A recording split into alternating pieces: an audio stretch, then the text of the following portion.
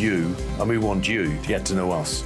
From 6, it's Breakfast with Eamon and Isabel. Monday to Thursdays on GB News, Britain's news channel. Nightmare commute.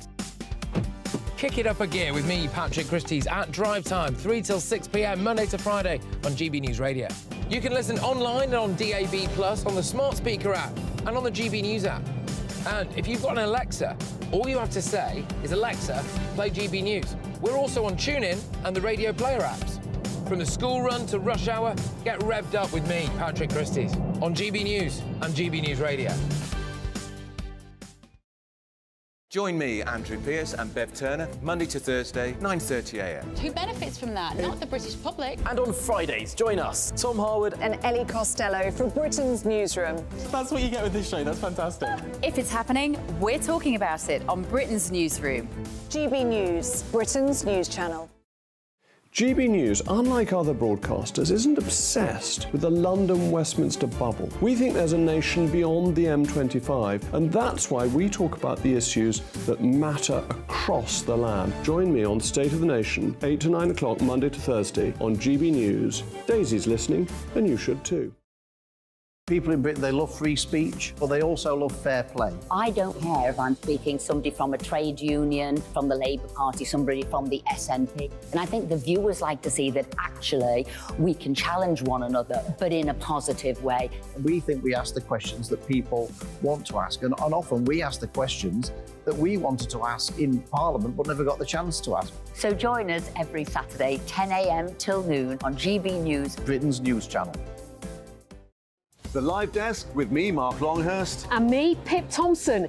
It's here Monday to Friday on GB News. From midday, we'll bring you the news as it breaks, whenever it's happening and wherever it's happening, from across the UK and around the world. Refreshing, feisty, but with a bit of fun too. If it matters to you, we'll have it covered on TV, radio and online. Join the Live Desk on GB News, the People's Channel, Britain's news channel. In a world of dull and predictable radio and TV shows. Oh, hi. On Mark Dolan tonight, we've got big guests. We drill into the big stories of the day. The show adds up to a brilliant listening and viewing experience. Mark Dolan Tonight is the most entertaining current affairs show ever, and that's a fact. That's Mark Dolan Tonight, Friday, Saturday and Sunday from 9. Only on GB News, Britain's news channel.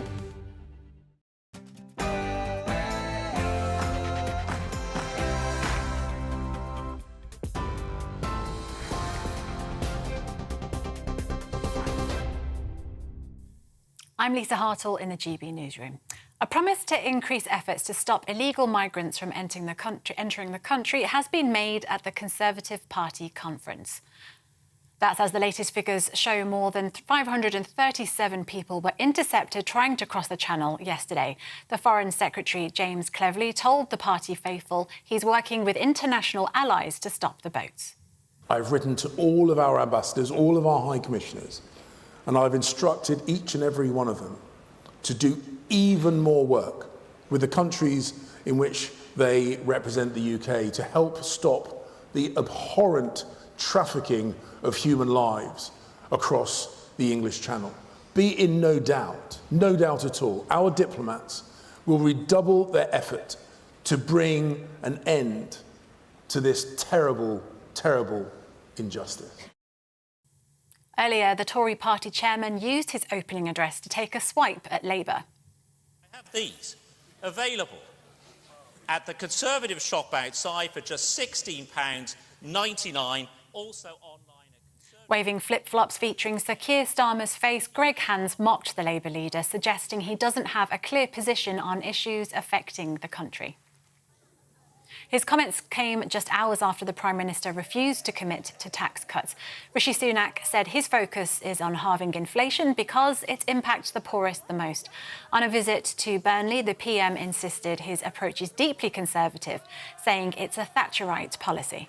The best tax cut that we can deliver right now is to halve inflation. Now, that's something that I'm deeply committed to. It's the first of my 5 priorities. Why? Because that's how we can help people with the cost of living. We just want to put more money in people's pockets, and the best way to do that right now is through halving inflation. And that is a deeply conservative approach to this, and my colleagues understand that. This is what Margaret Thatcher did. Tax is set to be a key issue over the next 4 days, with more than 30 Tory MPs promising not to support the autumn statement if it contains any hikes. Shadow Health Secretary Wes Streeting says they're right to question the PM's tax policies, including inheritance tax.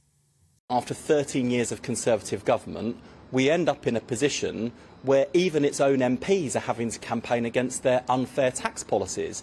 And I think Conservative MPs are quite right to say, how is it that we've got the worst, highest tax burden in 70 years? They should also be asking Rishi Sunak why, instead of thinking about cutting taxes for working people, he's looking to give himself and other super rich people a tax break by cutting a tax that affects 4% of people in this country, a tax cut that would earn him personally £300 million. A key part of the Windsor framework has come into effect for Northern Ireland, with a new system introduced to move products from Great Britain. Goods which are being transported to the EU will use a red lane, which includes customs declarations, while those bound for Northern Ireland will use a green lane with minimal paperwork and no checks. This is GB News across the UK, on TV, on digital radio and on your smart speaker by saying play GB News. Now it's back to Free Speech Nation.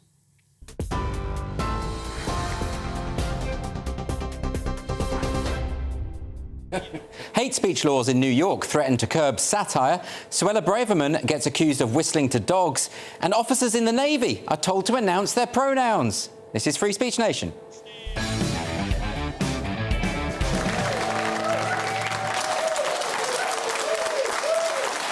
Welcome to Free Speech Nation with me, Andrew Doyle. This is the show where we take a look at current affairs, politics and the latest antics of those culture warriors who insist there's no such thing as a culture war while they're busy waging their culture war. Coming up on the show tonight, children's author Rachel Rooney was harassed, abused and libelled by activists for writing a book. The Society of Authors failed to defend her, and its chairperson even retweeted the attacks. Rachel joins me tonight to tell her story. Also, I'll be speaking to Sean Corby, a government employee who was accused of promoting racist ideas because he said that he believed in Martin Luther King's approach of judging people by the content of their character rather than the colour of their skin. Yes, that's right, Martin Luther King is now racist. The satirical website The Babylon Bee is challenging a New York law that could criminalise satire as hateful speech. I'm going to be talking to the Babylon Bee CEO Seth Dillon about this threat to artistic expression, and of course myself and my fantastic panel will be answering questions from our studio audience. And my comedian panellists this evening are Leo Kearse and Jojo Sutherland.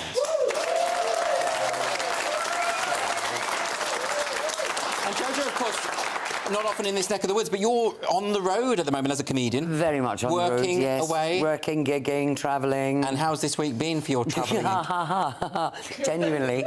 So, because I travel so much, I've given up my house, and I'm in hotels and staying with friends. I'm in Belfast, and I got in the middle of the night to have a pee, so I went to the loo, except I didn't really quite remember where I was, and I went out of my hotel room door and left the door slammed behind me, and still a bit discombobulated. It was just like, I don't think this is where the loo is.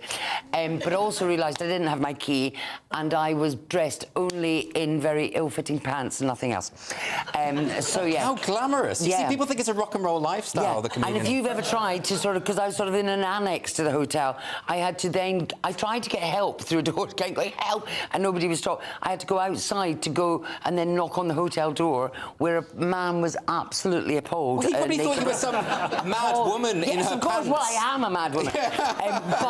But in this current climate, he really did think twice about opening the door to me. Just like, I really don't, but it all worked out nicely in the end. No, it didn't. He was the night porter, and then he was also the breakfast waiter, so it didn't work out well at all. Okay. So, yeah, There's a moral to that story. Not, awkward eggs is very awkward. Have you had anything as exciting as that, Leo? Well, funnily enough, at weekends, I work in a hotel. Do you? Well, I feel for you, Leo. Well, look, we've got a lovely studio audience here, so let's get some questions from them. Our first question comes from Dottie. Where's Dottie? Hi, Dottie. What's your question? Should members of the Royal Navy be required to introduce themselves by their pronouns?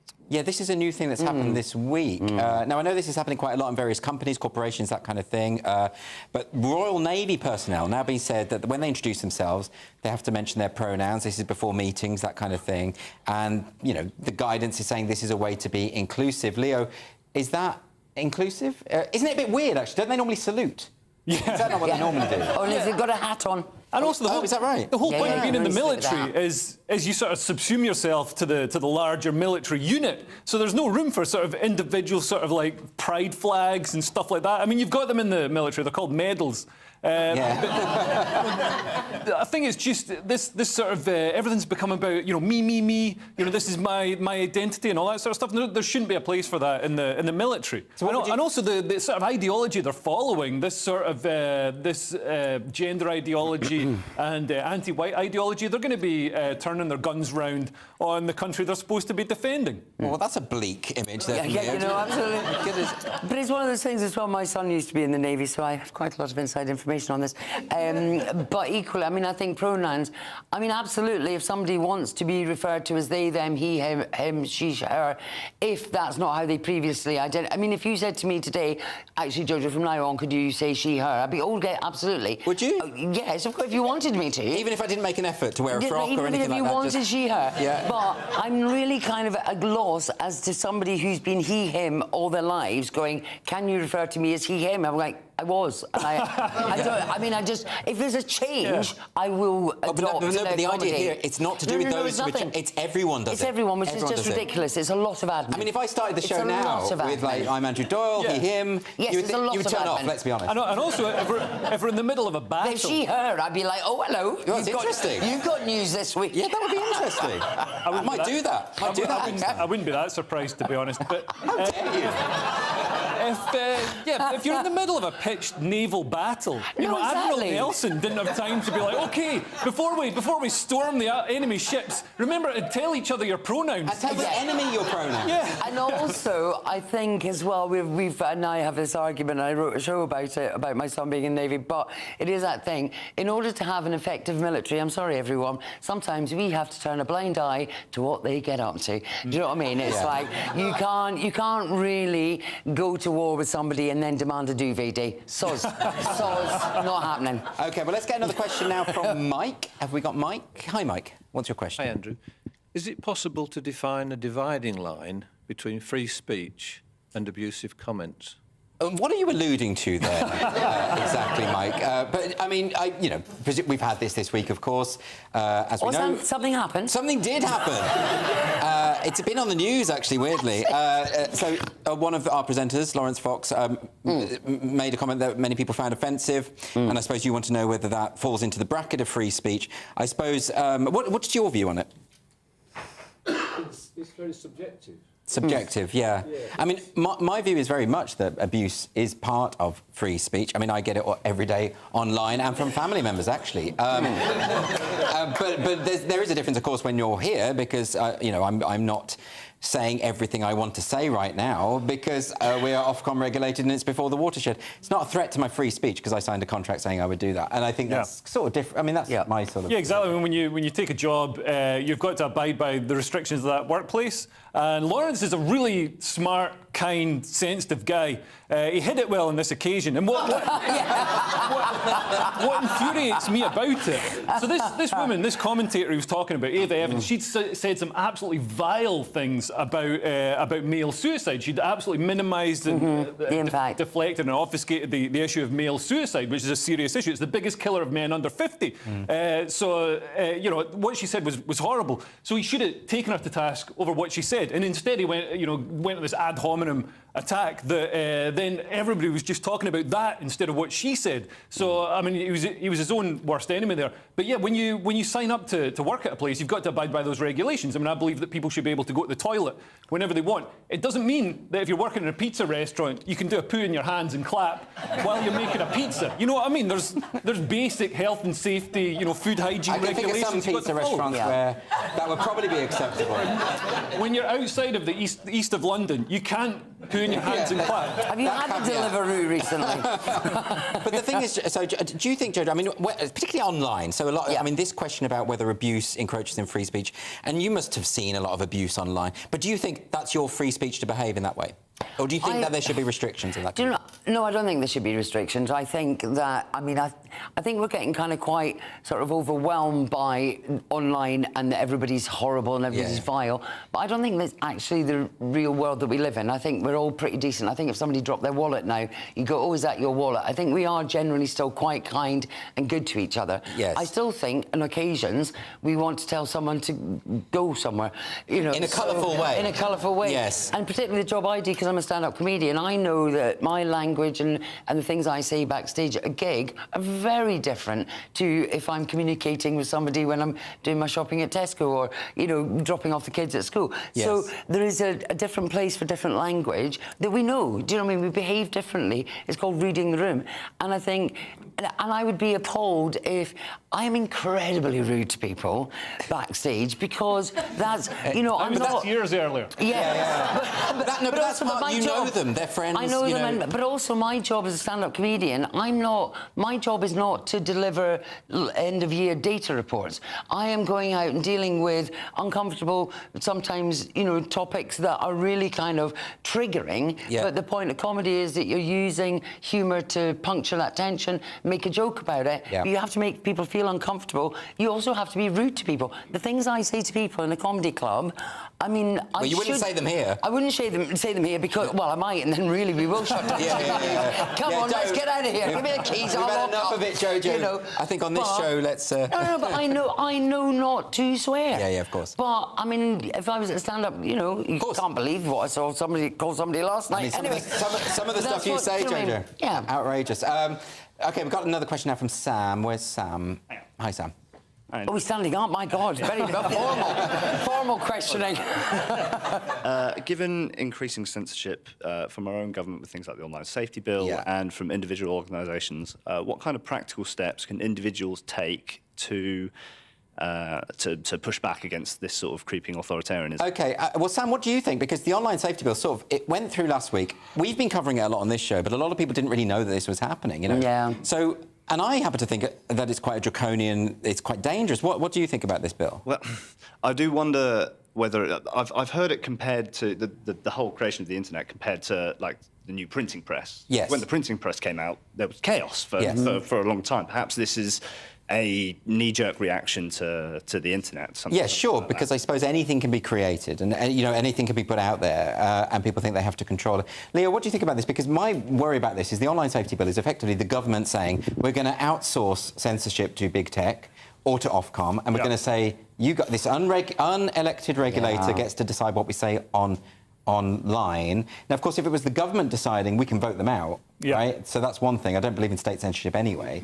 But when they're passing it on to people we didn't even vote for, that's a whole new level of authoritarian, as far as I can see. Yeah, we know all public sector organisations are systemically woke, so they're gonna use this as a tool. We're effectively going to be living in a sort of soft version of China, where, you know, instead of not being able to say Tiananmen Square, you won't be able to misgender anybody. Well, that was the case on Twitter up until Elon Musk's takeover. So people would have their accounts taken off for correctly identifying the sex of someone else. So that, I mean, that is an odd thing, isn't it? What do you make of this, Jojo? Because already, you know, people are very concerned about the way in which that social media companies are sort of deciding which opinions are acceptable, right? Well, it comes down to playground tactics. Do you know what I mean? Who's popular? Who's the in kid? Who's the cool kid? And if we collectively decide that we don't like Lawrence Fox, then, you know, everyone goes, yeah, get rid of him. But we collectively decide that, you know, somebody else is a paragon of virtue, then we, you know, so whoever it may be at the given time, it's that sort of herd mentality of going, we decide that we like you and we don't like you, so we will make our decisions based on that, which is so dangerous. OK, Leo, Well, there's always mission creep with laws as well, and this is a very ill-defined law with things like they haven't defined harmful, so you've got to take down any harmful content. Well, actually, we're talking about legal but harmful speech. Yeah. What on earth does that even mean? But it's also very sort of, you know, it's very woolly in as much as perceived or, you know, suggested, or if made to feel like, I don't, you know, if somebody... It's down to the sort of the victim or the supposed victim to define, as opposed to, you know, being an objectively defined thing. So this is going to allow, you know, we'll see within a few months or a few years how the government and how Ofcom can exploit this to silence, you know, dissidents, for example. But the danger we're going into is that the law is black and white. The law is black and white. There's no emotion in law, but we are now moving into the sphere of changing the laws because of emotional Absolutely, that's happening. And so it's the emotional input that are changing the laws, and that's dangerous as hell. OK, well, look, let's get another question now from Gaynor. Where is Gaynor? Hi, Gaynor. Hi. I'd like to ask if Rishi Sunak is right about BBC bias. Is Rishi Sunak right about BBC bias? OK, well, the background to this is that Rishi has basically had a go at the BBC for what he described as inaccurate commentary and accused them of refusing to publish figures. You remember these figures, the GDP figures were revised by the ONS, weren't they? And apparently it turns... Because they were saying for ages that we had been the slowest to recover economically since the pandemic. It turns out we recovered faster than Germany and France. Yeah. And that does change things, right, doesn't it? But the BBC just didn't publish it. Yeah, absolutely. And we've seen this every time the ONS come out with you know, economic projections for the UK. They're always far worse than how the UK actually performs, because the ONS doesn't want Britain to be seen to be succeeding. The ONS is anti-Brexit, it's anti-Tory, so yeah, they want to talk that down. And the BBC is again another is part of the woke blob that basically. Do you agree with that, Jojo? Or do you think? Oh no, 100%. I think the manipulation plays a huge part in whatever is going on, and depending what they want the outcomes to be. So, you know. Well, of course, I mean, I should say the BBC would claim that they are absolutely impartial, or at least they strive for impartiality. No, but nobody's impartial, because we all have opinions and we all have feelings. And it's that same thing. It's like with policing and government that, you know, it's manipulated. They will look at figures. They want drug crime to go down, so they'll turn a blind eye to people being arrested for... It does feel as though... So it depends. They will just manipulate what they start to arrest for to make it look good in the eyes of the public. I mean, it does feel as though a lot of people are quite pleased that or a lot of people are quite disappointed that we're doing better than they thought. Yeah. Because a lot of people were so happy. Oh my God, you're doing well. Boom! Well, they wanted to be able to say, well, Brexit has completely destroyed us economically. And they were pointing to this all the time. Turns out it's not true. Yeah, and I didn't vote for Brexit. I voted Remain. You did. Now that I've seen how much it's annoyed all these people, I wish you had. I wish I could go back and vote for it. OK, well, look, we haven't got time, sorry, but next on Free Speech Nation, children's author Rachel Rooney was harassed, abused and libelled by activists for writing a book, and the Society of Authors failed to defend her. Rachel's going to be here to speak about her story just after the break.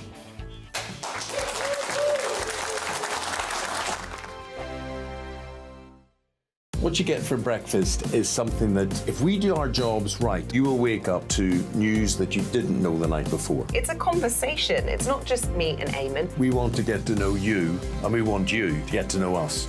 From 6, it's Breakfast with Eamon and Isabel. Monday to Thursdays on GB News, Britain's news channel. Nightmare commute. Kick it up a gear with me, Patrick Christie's, at drive time, 3 till 6 p.m, Monday to Friday on GB News Radio. You can listen online and on DAB+, on the smart speaker app and on the GB News app. And if you've got an Alexa, all you have to say is, Alexa, play GB News. We're also on TuneIn and the Radio Player apps. From the school run to rush hour, get revved up with me, Patrick Christie's, on GB News and GB News Radio. Join me, Andrew Pearce and Bev Turner, Monday to Thursday, 9:30 a.m. Who benefits from that? Not the British public. And on Fridays, join us, Tom Harwood and Ellie Costello from Britain's Newsroom. That's what you get with this show. That's fantastic. If it's happening, we're talking about it on Britain's Newsroom. GB News, Britain's news channel. GB News, unlike other broadcasters, isn't obsessed with the London-Westminster bubble. We think there's a nation beyond the M25, and that's why we talk about the issues that matter across the land. Join me on State of the Nation, 8 to 9 o'clock, Monday to Thursday, on GB News. Daisy's listening, and you should too. People in Britain, they love free speech, but they also love fair play. I don't care if I'm speaking somebody from a trade union, from the Labour Party, somebody from the SNP. And I think the viewers like to see that actually we can challenge one another, but in a positive way. We think we ask the questions that people want to ask, and often we ask the questions that we wanted to ask in Parliament but never got the chance to ask. So join us every Saturday, 10 a.m. till noon on GB News, Britain's news channel. The Live Desk with me, Mark Longhurst. And me, Pip Thompson. It's here Monday to Friday on GB News. From midday, we'll bring you the news as it breaks, whenever it's happening and wherever it's happening, from across the UK and around the world. Refreshing, feisty, but with a bit of fun too. If it matters to you, we'll have it covered on TV, radio and online. Join the Live Desk on GB News, the People's Channel, Britain's news channel. In a world of dull and predictable radio and TV shows. Oh, hi. On Mark Dolan tonight, we've got big guests. We drill into the big stories of the day. The show adds up to a brilliant listening and viewing experience. Mark Dolan Tonight is the most entertaining current affairs show ever, and that's a fact. That's Mark Dolan Tonight, Friday, Saturday and Sunday from 9. Only on GB News, Britain's news channel.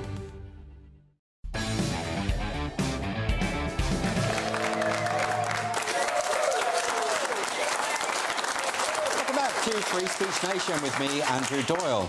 Author Rachel Rooney is calling for a non-partisan union for authors and illustrators after writing the book My Body Is Me, which encourages children to be happy with their bodies.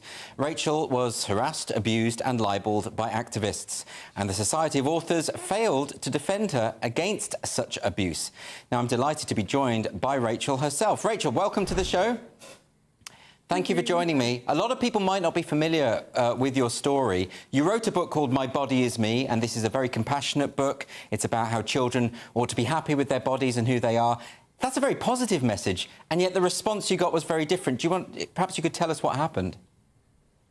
OK, well, I was approached by Jessica Alberg, the daughter of the great Alan Alberg, to write a book to do just that, celebrate children's bodies.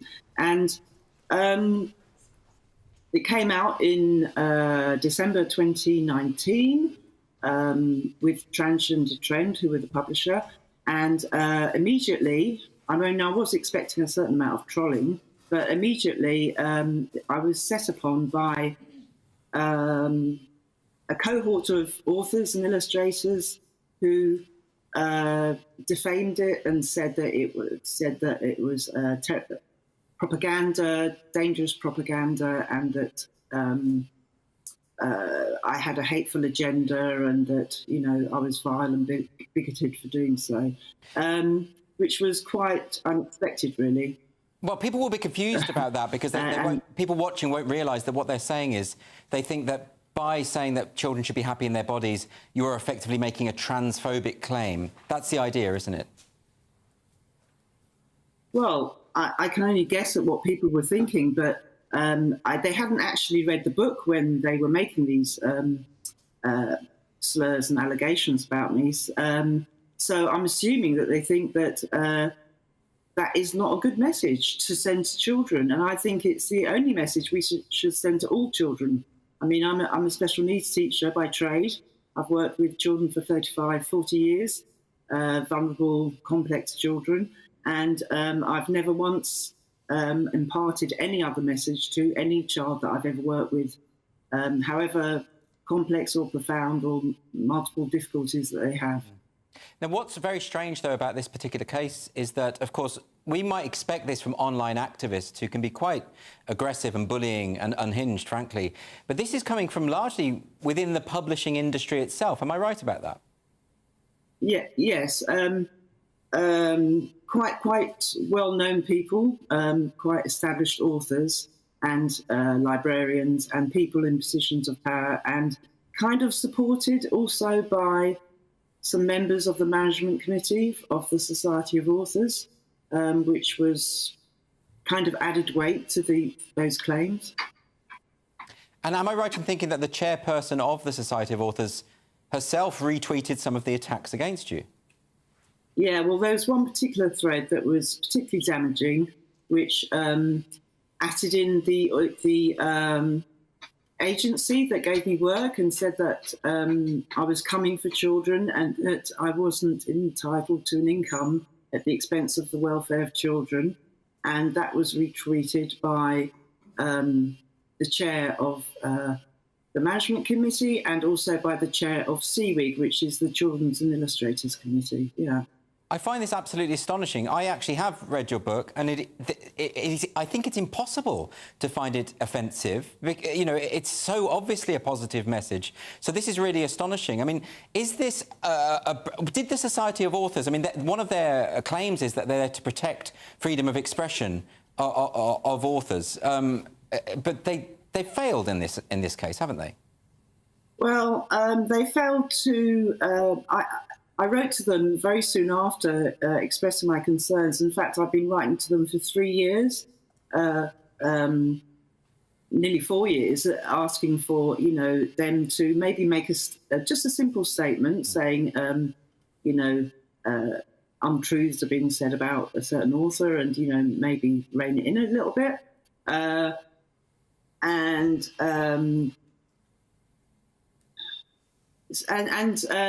was kind of held back. I also wanted my concerns to be expressed to all of the management committee. I didn't want, but I was held back. I didn't really get past the CEO, Nicola Solomon, and so I ended up putting in a formal complaint. First of all, naively, I thought that we could have a dialogue, but I felt like I was really on an episode of Crown Court most of the time. So eventually I put in a complaint which was turned down by Nicola Solomon. So after that, I put in a complaint about Nicola Solomon so that it would go beyond Nicola Solomon. Well, partly because I don't think she dealt with me very well. Eventually there was an investigation that took 7-9 months, a very long time. There's lots of internal politics going on. And the conclusion was not satisfactory. I wanted an apology by that point. I wanted an apology and a kind of a public statement saying that, yeah, they got it wrong. They should have put out something earlier. They could have nipped it in the bud, you know. Yes. And they had shown bias, I think, against gender-critical authors. I think there's been some... They've liked tweets that call gender-critical authors TERFs and BAMPOTs, and liking tweets that said that gender-critical accounts should be blocked. So, you know, there has been... And also they withheld some information from me about the defamatory nature of the tweets. I was told it wasn't libelous, and then I was told to vaguely seek advice, and... they agreed amongst themselves to downplay any trade issues, so downplay any issues that my income and might be affected. Well, I mean, this is all very shocking, and I think a lot of people watching will be shocked to know that this is coming from the publishing industry, the Society of Authors, the people who are supposed to be there to defend freedom of expression. But do you think that this is now an endemic thing? We've seen it with J.K. Rowling, Gillian Phillip, the children's author who had to retrain as a truck driver, but simply because she tweeted, "I stand with J.K. Rowling." I mean, it just feels like we are moving into an authoritarian era, and publishing has been particularly affected. Is there anything that you think people can do, writers can do, artists, poets, these kind of people? Well, you know, it takes more than... I mean, I think they need to support... I mean, what happened was... I was ghosted. I was entirely ghosted by other people. So there was a small cohort of people who were attacking me and continue to attack me. But other people just turned away and looked away. So in a playground, they just looked away. So I just think people need to be a little bit braver. I mean, there were people who wouldn't even retweet my latest poetry collection that came out because they... were too scared to. So I think people need to just be a little bit braver on this score. I don't think what happened to me... Go on, Rachel, sorry. I don't think what happened to me then would happen now in quite the same way. because I think people are getting braver, and I've had so much private support, but people are slowly dipping their toe in and not accepting this kind of totalitarian. So it's a kind of safety in numbers idea. You know, I mean, I can understand why people are scared because of the sheer ferocity of some of the activists, and as you've experienced yourself, actual libel, like outright lies. Of course, people are scared about that, and they've got to preserve their careers. But you're saying that if we all just stood up together and said this is unfair, then that's the way forward. Well, just a little bit braver, just 10% braver. Yeah. That's all I'm asking. I think that's a very good idea. Rachel Rooney, thank you ever so much for joining me today. Yeah, very good message. 10% braver. If we all did that, most of these problems could just go away. Well, next on Free Speech Nation, we're going to get an insight into Just Stop Oil's new student recruitment drive by the writer Charlie Bentley Astor. Don't go anywhere.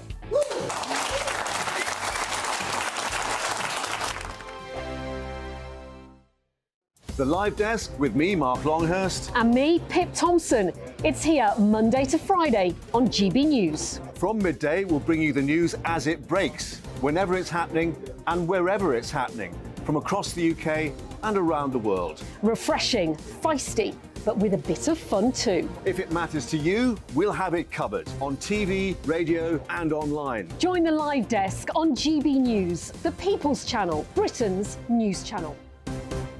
So Jubes and Kerr, we tackle the issues of the day with real robust debate, both sides of the fence, battling it out with me in the middle with my forthright opinions and views. And often really interesting things happen because you start with a position and then by the end of the debate you find actually, well, I might not have thought about that one. What we need in this country is 2 new political parties. You should maybe think about doing a 2024 calendar.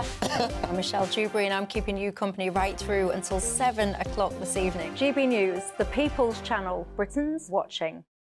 People in Britain, they love free speech, but they also love fair play. I don't care if I'm speaking somebody from a trade union, from the Labour Party, somebody from the SNP. And I think the viewers like to see that actually we can challenge one another, but in a positive way.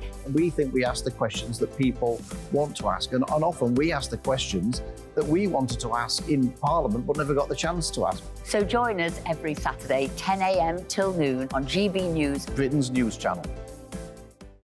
In a world of dull and predictable radio and TV shows. Oh, hi. On Mark Dolan tonight, we've got big guests. We drill into the big stories of the day. The show adds up to a brilliant listening and viewing experience. Mark Dolan Tonight is the most entertaining current affairs show ever, and that's a fact. That's Mark Dolan Tonight, Friday, Saturday and Sunday from 9. Only on GB News, Britain's news channel. Join me, Andrew Pearce and Bev Turner, Monday to Thursday, 9:30 a.m. Who benefits from that? Not the British public. And on Fridays, join us, Tom Harwood And Ellie Costello from Britain's Newsroom. That's what you get with this show. That's fantastic. If it's happening, we're talking about it on Britain's Newsroom. GB News, Britain's news channel. Join me, Camilla Tominey, on Sunday mornings from 9:30, taking the politicians to task and breaking out of SW1 to see how their decisions are affecting you across the UK. Bursting the Westminster bubble every Sunday morning, only on GB News, the People's Channel. Britain's watching.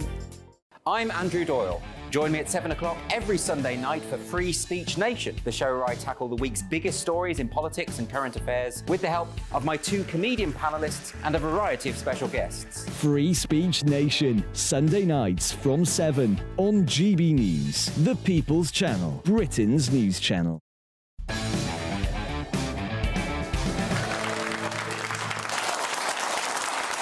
Welcome back to Free Speech Nation with me, Andrew Doyle. Later in the show, I'll be turning agony uncle with the help of my panel, Leo Kearse and Jojo Sutherland. We're going to help you deal with your unfiltered dilemmas. So if you've got any problems at all, just email us at gbviews@gbnews.com and we will do our best to answer your problems.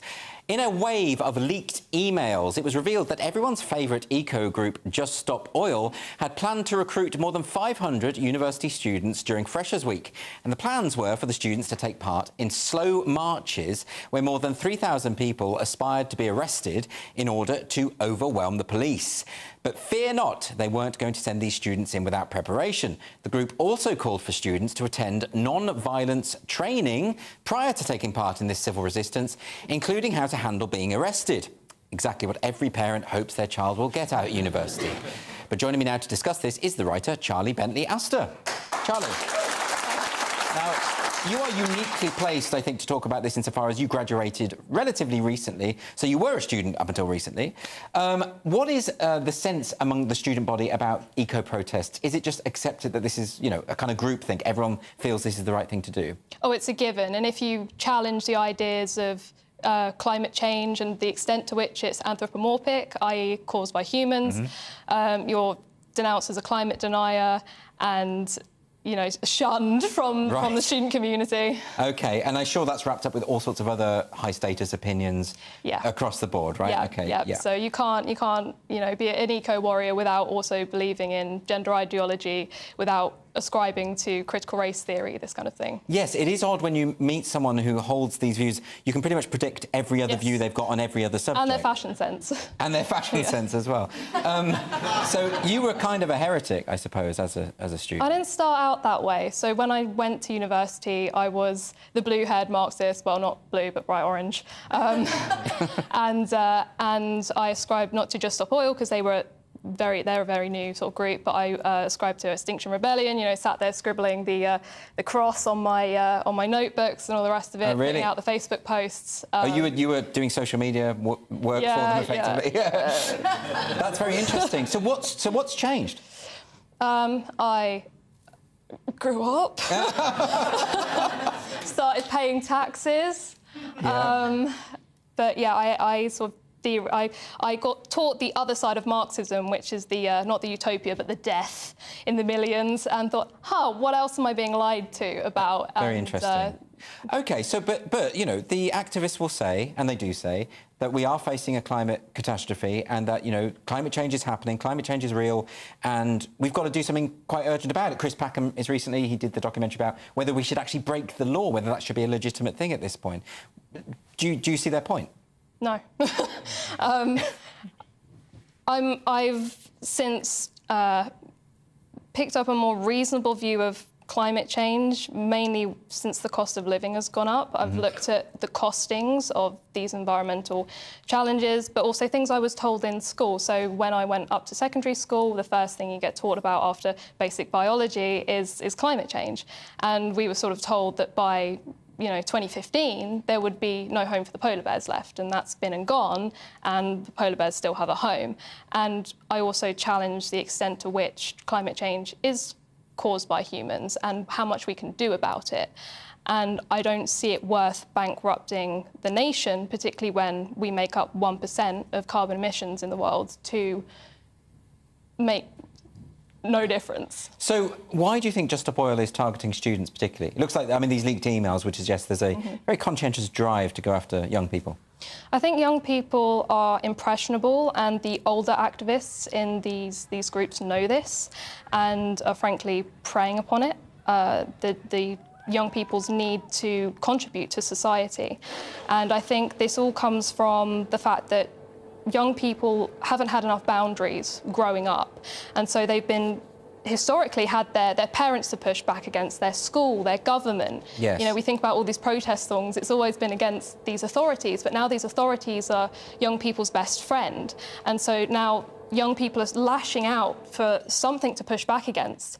That's and the only thing that they've come up against is Mother Nature now, and so what bigger project to push back against than the death of the entire world? So it's a kind of rebellion, a need to rebel, which is a kind of urge that many young people feel. I think it's the need to be told no every once and again. So I think young people define their identity in a negative formulation. So they go, I'm not that, I'm not that, I'm not my parents, I'm not this political group, I'm not that political group.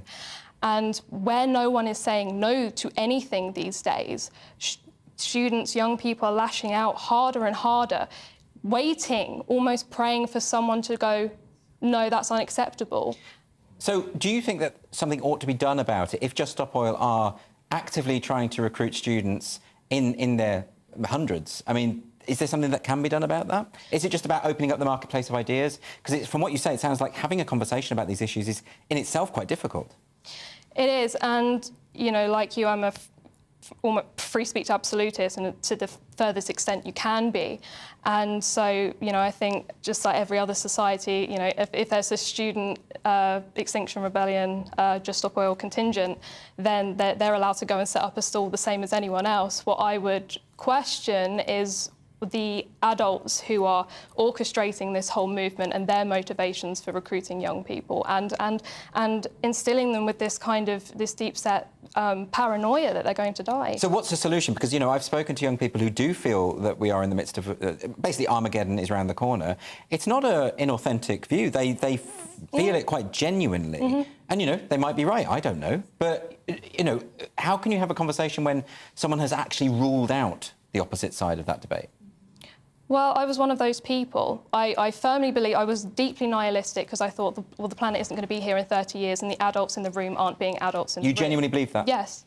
Right. Yeah. And so what it took for me is hearing some of the counterpoints and the counter-arguments. You know, for example, wind turbines have a, you know, approximately 17.5-year shelf life, and they cost an extortionate amount to take down. And so what we end up having is these killing fields of decrepit turbines, you know, falling apart and rusting, this testament to the failed project of net zero, because they don't do what we're told they do. And so just bringing that counter-argument, as you say, can at least sow the seeds of changing in the mind. So the answer is more conversation, more free speech? Yeah. Who would have thought it? Charlie Bentley-Astle, thanks very much. And next on Free Speech Nation, will Shakespeare outlast the culture wars? I'm going to be joined by historian and writer David Oldroyd-Bolt. Don't go anywhere.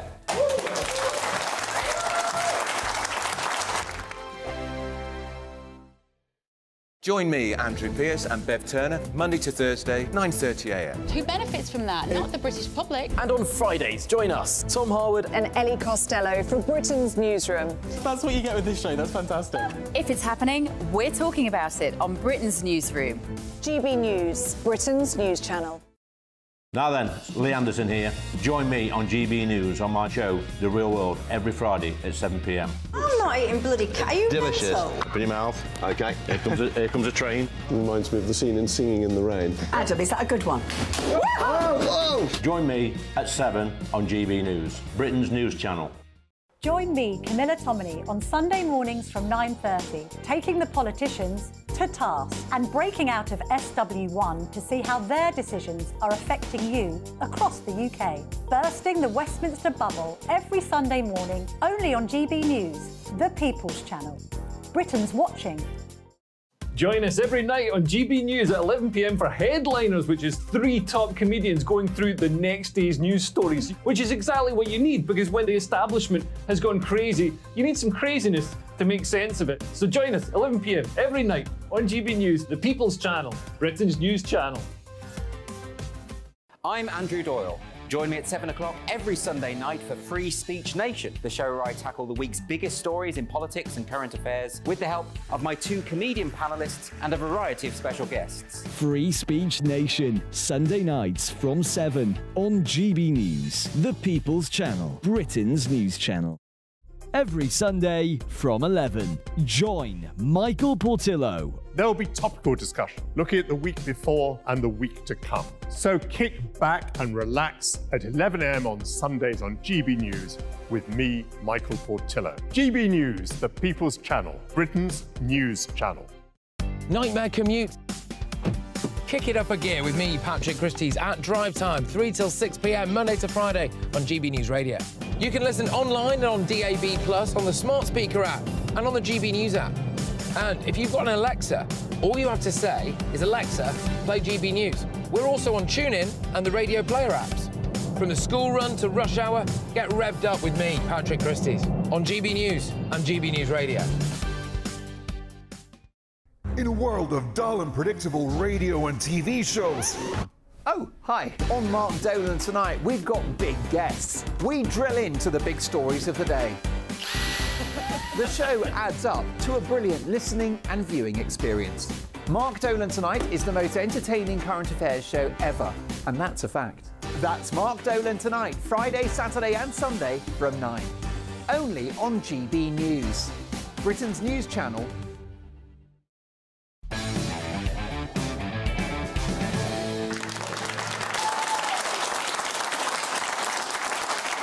Welcome back to Free Speech Nation with me, Andrew Doyle. So it's time for our regular look at the latest news from the world of culture and the arts. And to join me, as usual, it is the broadcaster and author, David Oldroyd-Bolt. David, welcome back. Thank you. So, as usual, there's a lot been going on. Where do you want to start? Yeah, it's been a wonderful week for the arts, and we've got a wonderful week coming up. So I think let's start at looking forwards. And we have next week the London Piano Festival. This is going into its 8th year. It's at King's Place, next to King's Cross Station, so nice and easy for everybody. And the co-artistic directors are Charles Owen and Katya Apakisheva.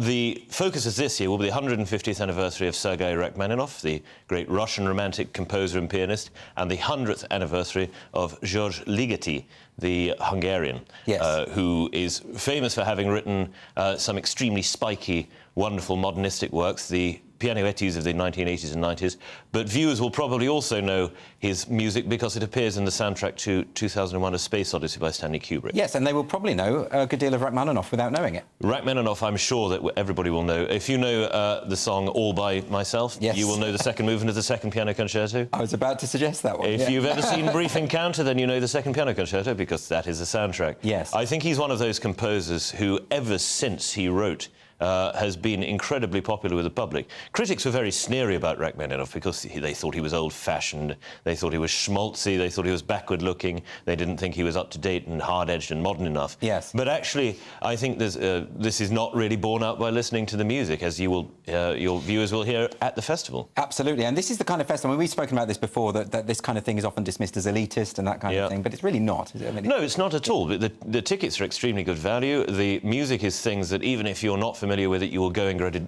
great deal out of it, I'm sure. There is a nod to the current problems in Ukraine because there is Vadim Kolodenko, the Ukrainian pianist, giving a recital on Friday evening.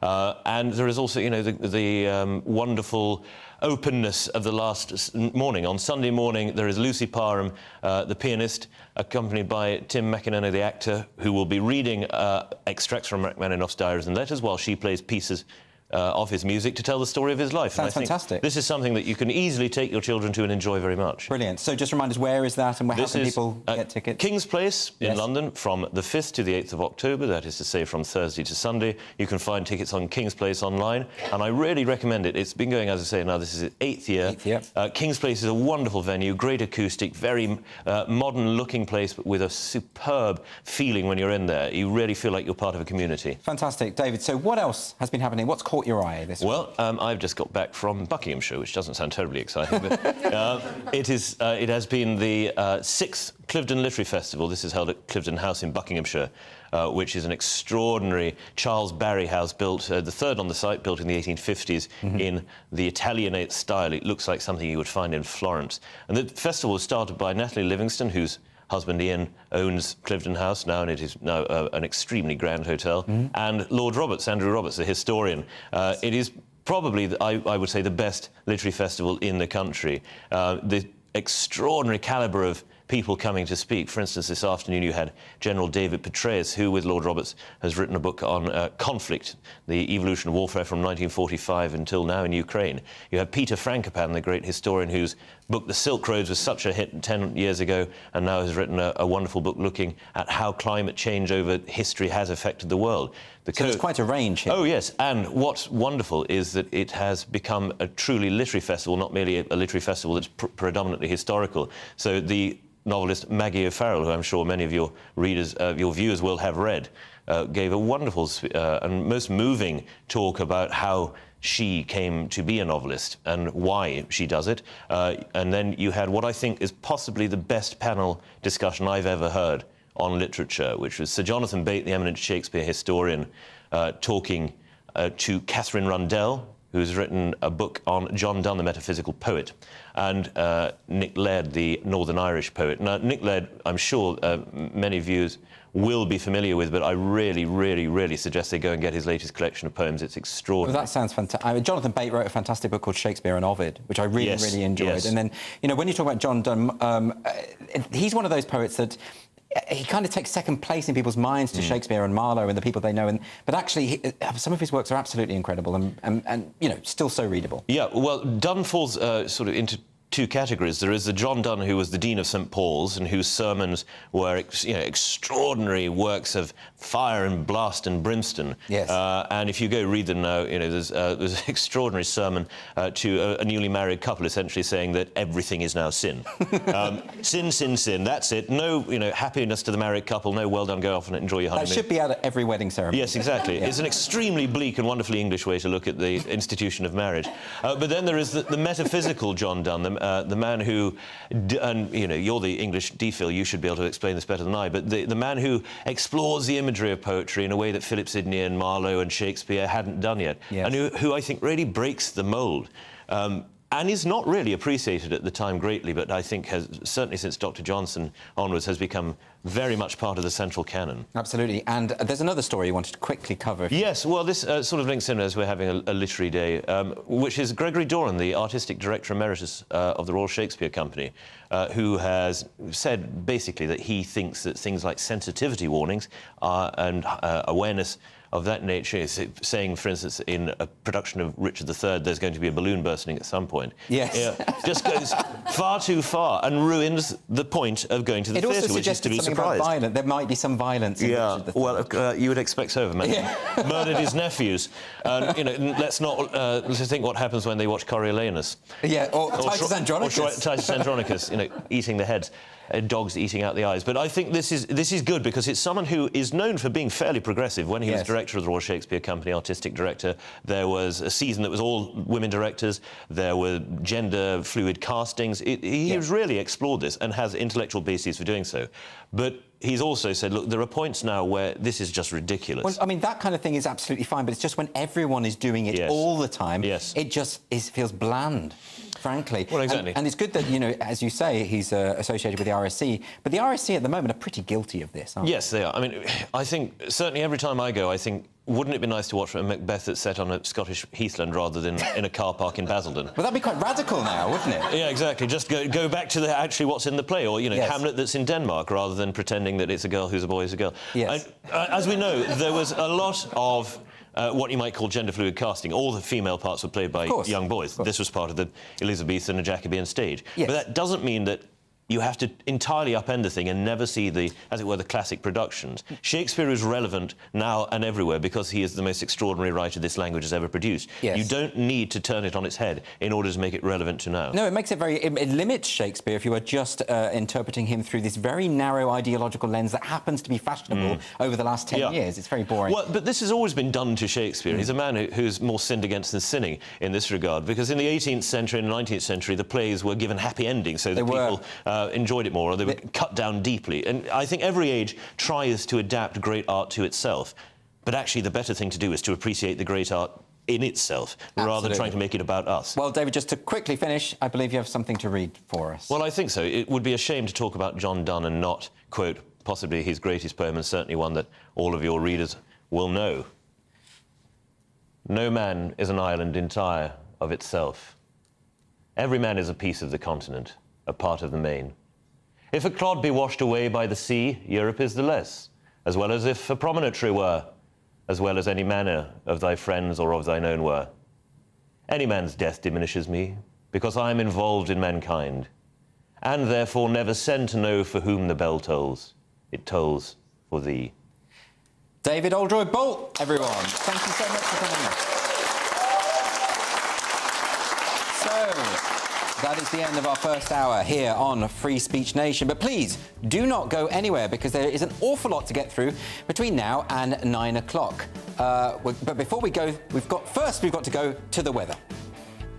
Hello there, I'm Greg Dewhurst and welcome to your latest GB News weather forecast. It stays mixed over the next few days. We'll see some rain at times, but there will be some drier and brighter intervals. Temperatures generally on the warm side for the time of year. At the moment, low pressure generally dominates the weather pattern, but this area of high pressure starts to move in towards the middle of the week across the south. Across the south this evening, though, quite a cloudy picture, outbreaks of patchy rain at times too, and that continues overnight. Some low cloud, mist and murk developing here. Further north, generally drier, some clear spells for Northern Ireland, Scotland, but turning windy across the Highlands with showers here. And temperatures for most generally staying in double figures. A warm start to the day across southern counties of England and Wales. Quite cloudy here, there, with patchy rain and drizzle. And then through the day, we'll see cloud amounts increase across England and Wales. Some heavy rain developing. Bright skies for Northern Ireland and Scotland through the day, but still some scattered showers. Staying windy across the northwest of Scotland. Temperatures high teens to low 20s, 22 or 23 possible towards the far southeast, where we see any sunshine. Into Tuesday, we've got early rain clearing southeastwards, and then it's a bright day with sunny spells and scattered showers. Showers moving in quite quickly across the northern half of the UK on that brisk westerly breeze. Best of the sunshine across southern areas. Temperatures a little lower, but staying around average over the next few days before increasing further towards the weekend. See you soon. Mark Dolan tonight. In My Big Opinion, the Tories are terrible, but on what planet are Labour the answer? It might take a 10 with the cost of insuring them now through the roof. It's time to pull the plug on electric cars. And my Mark Meets guest is Boris Johnson's biographer. We're live from 9. What you get for breakfast is something that, if we do our jobs right, you will wake up to news that you didn't know the night before. It's a conversation. It's not just me and Eamon. We want to get to know you, and we want you to get to know us. From 6, it's Breakfast with Eamon and Isabel. Monday to Thursdays on GB News, Britain's news channel. Nightmare commute. Kick it up a gear with me, Patrick Christie's, at drive time, 3 till 6 p.m, Monday to Friday on GB News Radio. You can listen online and on DAB+, on the smart speaker app, and on the GB News app. And if you've got an Alexa, all you have to say is, Alexa, play GB News. We're also on TuneIn and the Radio Player apps. From the school run to rush hour, get revved up with me, Patrick Christie's, on GB News and GB News Radio. Join me, Andrew Pearce and Bev Turner, Monday to Thursday, 9:30 a.m. Who benefits from that? Not the British public. And on Fridays, join us, Tom Harwood and Ellie Costello from Britain's Newsroom. That's what you get with this show. That's fantastic. If it's happening, we're talking about it on Britain's Newsroom. GB News, Britain's news channel. GB News, unlike other broadcasters, isn't obsessed with the London-Westminster bubble. We think there's a nation beyond the M25, and that's why we talk about the issues that matter across the land. Join me on State of the Nation, 8 to 9 o'clock, Monday to Thursday, on GB News. Daisy's listening, and you should too. People in Britain, they love free speech, but they also love fair play. I don't care if I'm speaking somebody from a trade union, from the Labour Party, somebody from the SNP. And I think the viewers like to see that actually we can challenge one another, but in a positive way. We think we ask the questions that people want to ask, and often we ask the questions that we wanted to ask in Parliament but never got the chance to ask. So join us every Saturday, 10 a.m. till noon on GB News, Britain's news channel.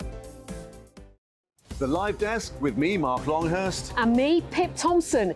It's here Monday to Friday on GB News. From midday, we'll bring you the news as it breaks, whenever it's happening and wherever it's happening, from across the UK and around the world. Refreshing, feisty, but with a bit of fun too. If it matters to you, we'll have it covered on TV, radio and online. Join the Live Desk on GB News, the People's Channel, Britain's news channel.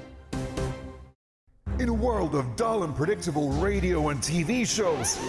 Oh, hi. On Mark Dolan tonight, we've got big guests. We drill into the big stories of the day.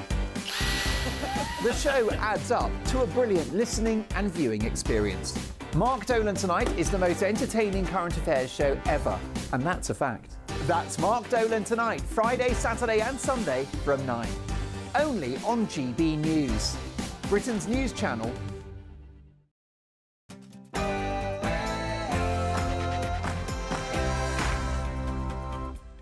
There's plenty more still to come on Free Speech Nation this week. I'll be speaking to Sean Corby, a government employee who is accused of promoting racist ideas because he supported Martin Luther King's approach of judging people by the content of their character rather than the colour of their skin. But let's get a news update first from Lisa Hartle.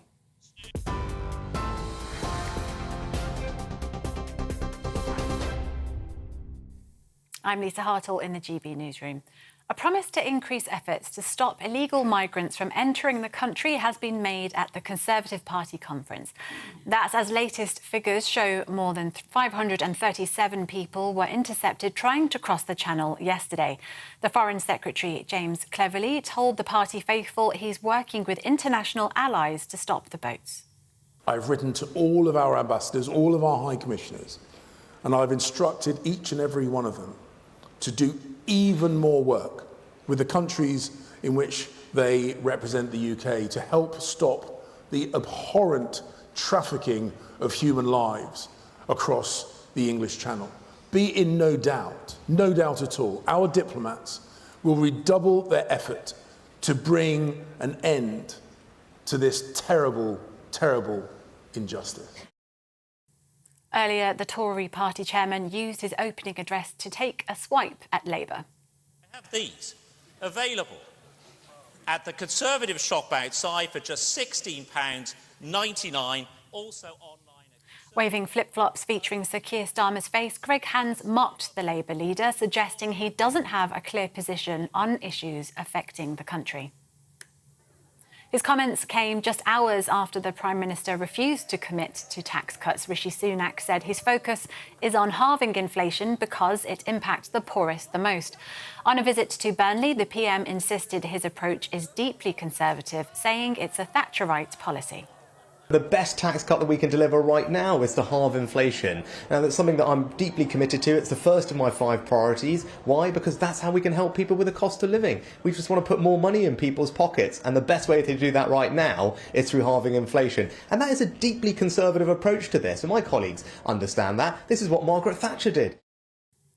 Tax is set to be a key issue over the next 4 days, with more than 30 Tory MPs promising not to support the autumn statement if it contains any hikes. Shadow Health Secretary Wes Streeting says they're right to question the PM's tax policies, including inheritance tax. After 13 years of Conservative government, we end up in a position where even its own MPs are having to campaign against their unfair tax policies. And I think Conservative MPs are quite right to say, how is it that we've got the worst, highest tax burden in 70 years? They should also be asking Rishi Sunak why, instead of thinking about cutting taxes for working people, he's looking to give himself and other super rich people a tax break by cutting a tax that affects 4% of people in this country, a tax cut that would earn him personally £300 million. A key part of the Windsor framework has come into effect for Northern Ireland, with a new system introduced to move products from Great Britain. Goods which are being transported to the EU will use a red lane, which includes customs declarations, while those bound for Northern Ireland will use a green lane with minimal paperwork and no checks. This is GB News across the UK, on TV, on digital radio and on your smart speaker by saying play GB News. Now it's back to Free Speech Nation.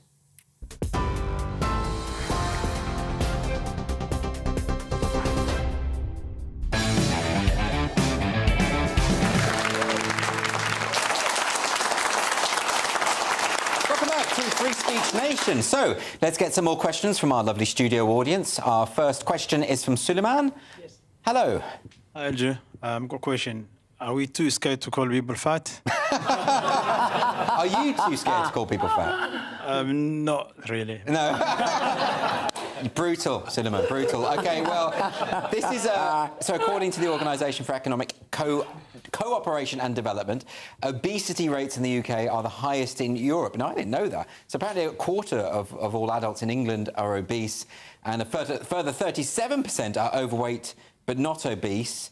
But we're not meant to point this out? Is that the idea? Yeah, I mean, I guess we're not supposed to say it. It's kind of, nobody wants to be told that they're fat. No. You know, you just find out when you look back at photos of a holiday.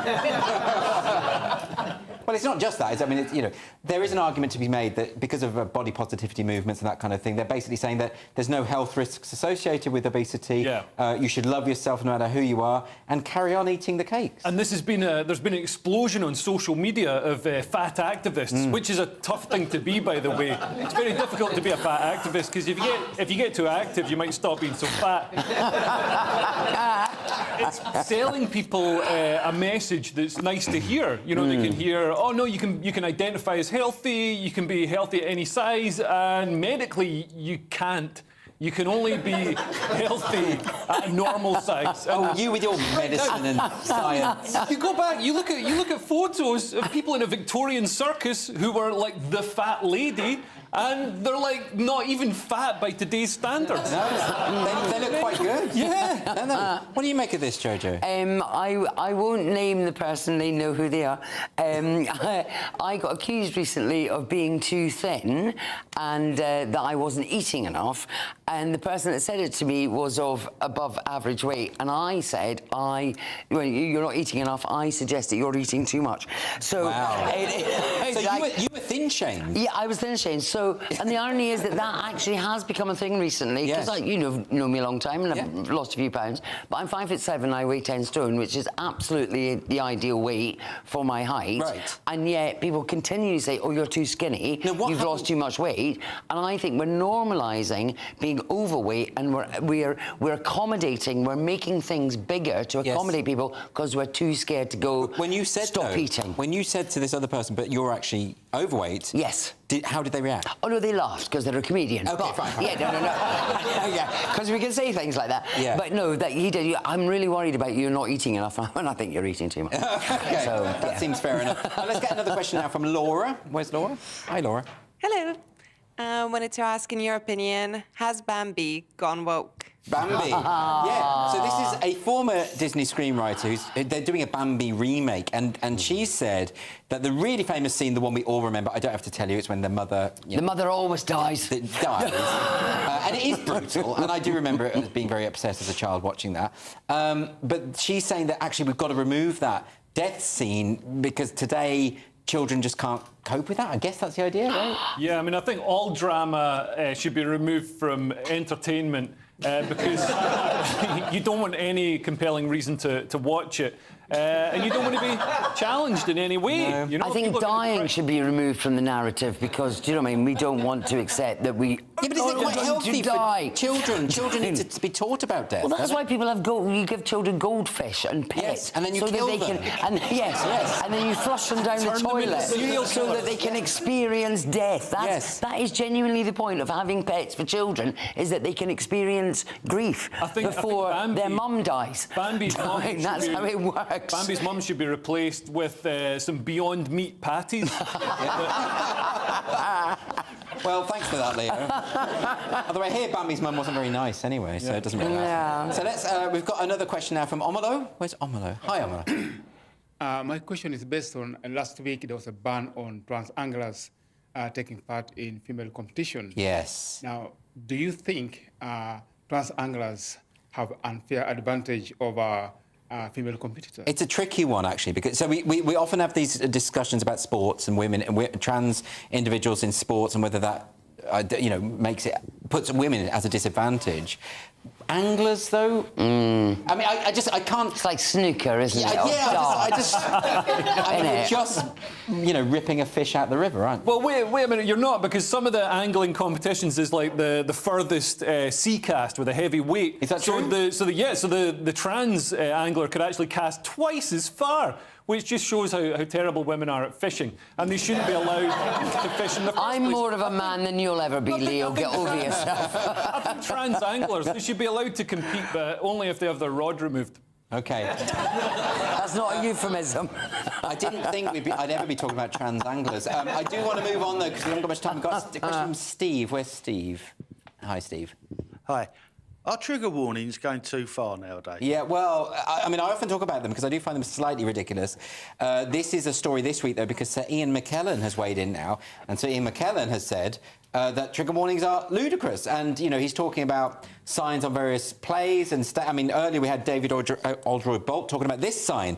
Richard III contains scenes of death, violence and threat. Yeah, it's Richard III. Yeah, good. It's a Shakespearean tragedy. Yeah. What the hell do you expect? And it also mentions the popping of a balloon in the production, which makes it sound a bit silly anyway. But why do theatregoers need to be warned about absolutely everything, or people reading books, students, that kind of thing, you know? I guess, but doing your research, it's that thing of going, if you don't know what you're going to go and watch, yes. Do you know what I mean? And it's essentially that, you know, you can't prepare for everything. Yeah. And life is full of unexpected turns, but it comes back to death, grief. We don't escape any of that. We don't like it, but we don't escape it, and we can't protect ourselves from what is ultimately one of the worst emotions you're ever going to go through. So why are we trying to protect ourselves from something that we can't avoid? But also, isn't it kind of making children of us all, insofar as, you know, every adult knows that Richard III, as depicted by Shakespeare, is a bit of an unpleasant character, right? Yeah. And there's going to be some nasty stuff. Yeah. I mean, there were even a warning on Julius Caesar to suggest it might contain scenes of murder. Well, that's kind of fundamental. But what are people wanting? Do people just want to go through life just going, nothing happens, everything's Right, exactly. okay? It's so Julius ridiculous. Caesar lived happily ever after. Absolutely. Nothing happened. He just went for a picnic at the Capitol. Anybody going to the theatre is going to be much more hurt and offended by the prices of drinks. Yes. And the price of the tickets is absolutely unbelievable, you know? Anyway, we've got a question now from Edward. Where is Edward? Hi. Hi, Edward. Should pub staff be censored? Should pub staff be censored? OK, whoa. No, Jojo, calm down. When it comes to drink, I'm very invested. I know. And I don't want to upset you. We should have put a trigger warning on that for you. Yeah, exactly. Because what's happened here is pubs have been told to ban certain phrases on the grounds that these phrases encourage punters to get drunk. I would say the fact that you're selling nothing but alcohol might encourage punters to get drunk. But some of the phrases are quite interesting. So phrases like "same again," is that a double? In your case, that's a silly question, isn't it? A bottle.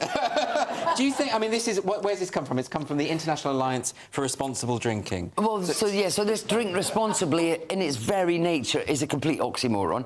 Do you know what I mean? If you're drinking, clearly you're probably not being responsible. Yeah. The fact that pubs now, and that people have to have personal licence and they have to take responsibility, and that they can't serve to anyone that they think to be inebriated. What's the point of pubs? Well, no. Do you know what I mean? I'm like, this is a level of madness I can't get my head wrapped around. We've had people talking about how we should ban happy hour because that gets people drunk. Yes. Turn it into, I don't know, miserable hour. Yeah. I don't know what people think drink does. It does not improve anyone. But could I also ask you, because from a Scottish perspective, I know... Well, bring in the Scottish card. No. Not to do with the stereotypes, which I know are largely true. But very true. I mean, living embodiment. But I'm more interested in the way the SNP, they put minimum pricing on alcohol. So you can't buy alcohol in an off-licence before 10 o'clock in the morning or after 10 o'clock at night. I'm still how quickly you get socially ingrained. Yes. You can't drink outside, and so when I'm down south, I'm like, oh, can I take my drink outside? People look at me like I'm a lunatic. And then I go, I'll go and buy some cans after here. Of course I will.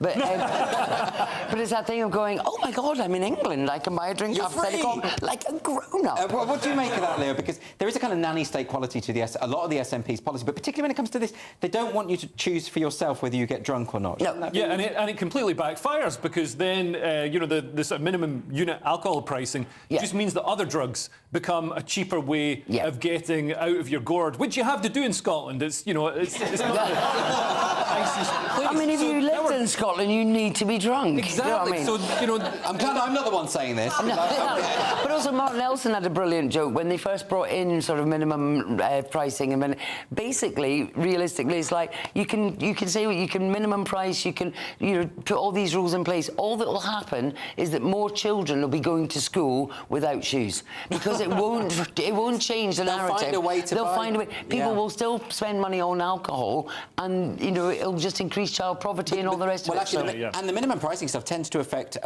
poorer families anyway. Insofar as absolutely. They're not putting a tax on champagne or the expensive drink. No. Super lager. 3.5 times higher in Scotland than in the rest of the UK, which is, shocking. It is quite shocking, isn't it? OK, well, so you don't think they should be bothering with this campaign? The phrase "same again," the phrase... the best thing the government can do is just get out of people's lives. And the best thing, I mean, the International Alliance for Responsible Drinking, they sound like a terrible Thunderbird spin-off.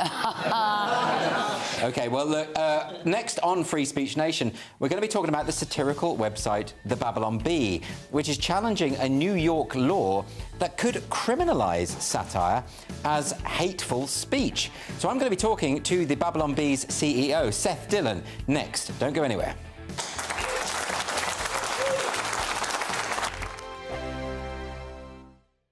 The Live Desk with me, Mark Longhurst. And me, Pip Thompson.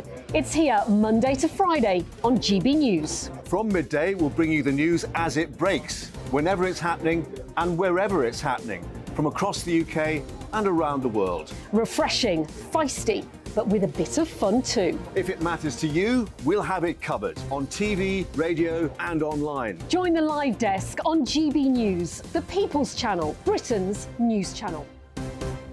So Jubes and Kerr, we tackle the issues of the day with real, robust debate, both sides of the fence, battling it out with me in the middle with my forthright opinions and views. And often really interesting things happen because you start with a position and then by the end of the debate you find actually, well, I might not have thought about that one. What we need in this country is 2 new political parties. You should maybe think about doing a 2024 calendar. I'm Michelle Dewberry and I'm keeping you company right through until 7 o'clock this evening. GB News, the People's Channel, Britain's watching. People in Britain, they love free speech, but they also love fair play. I don't care if I'm speaking somebody from a trade union, from the Labour Party, somebody from the SNP. And I think the viewers like to see that actually we can challenge one another, but in a positive way. We think we ask the questions that people want to ask, and often we ask the questions that we wanted to ask in Parliament but never got the chance to ask. So join us every Saturday, 10 a.m. till noon on GB News, Britain's news channel. In a world of dull and predictable radio and TV shows. Oh, hi. On Mark Dolan tonight, we've got big guests. We drill into the big stories of the day. The show adds up to a brilliant listening and viewing experience. Mark Dolan Tonight is the most entertaining current affairs show ever, and that's a fact. That's Mark Dolan Tonight, Friday, Saturday and Sunday from 9. Only on GB News, Britain's news channel. Join me, Andrew Pearce and Bev Turner, Monday to Thursday, 9:30 a.m. Who benefits from that? Not the British public. And on Fridays, join us, Tom Harwood and Ellie Costello from Britain's Newsroom. That's what you get with this show, that's fantastic. If it's happening, we're talking about it on Britain's Newsroom. GB News, Britain's news channel. Join me, Camilla Tominey, on Sunday mornings from 9:30, taking the politicians to task and breaking out of SW1 to see how their decisions are affecting you across the UK. Bursting the Westminster bubble every Sunday morning, only on GB News, the People's Channel. Britain's watching. I'm Andrew Doyle. Join me at 7 o'clock every Sunday night for Free Speech Nation, the show where I tackle the week's biggest stories in politics and current affairs with the help of my 2 comedian panellists and a variety of special guests. Free Speech Nation, Sunday nights from 7 on GB News, the People's Channel, Britain's news channel.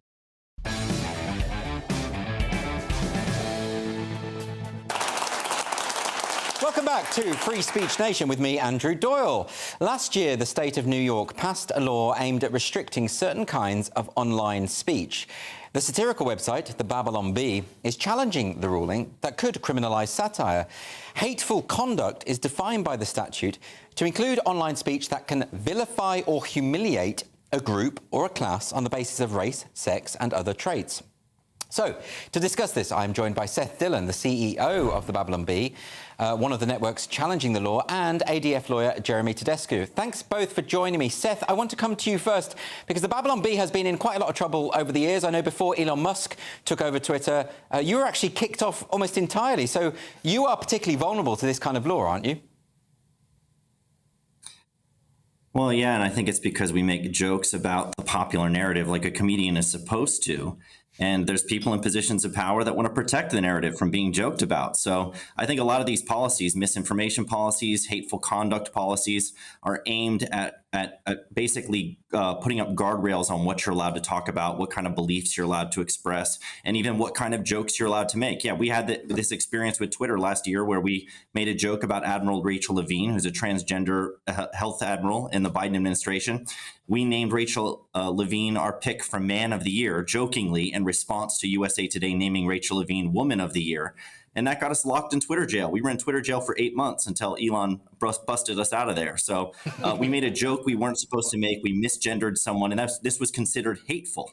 So that's really interesting. A lot of people think that when it comes to the sort of social justice activists, that they just don't have a sense of humour and they do tend to take everything literally. But from what you're saying, that it might be the case that they know that these things are satirical, they know that they're jokes, but they want to use these kinds of legislation to basically have a go at you and stop you because they don't like the fact that you're mocking them.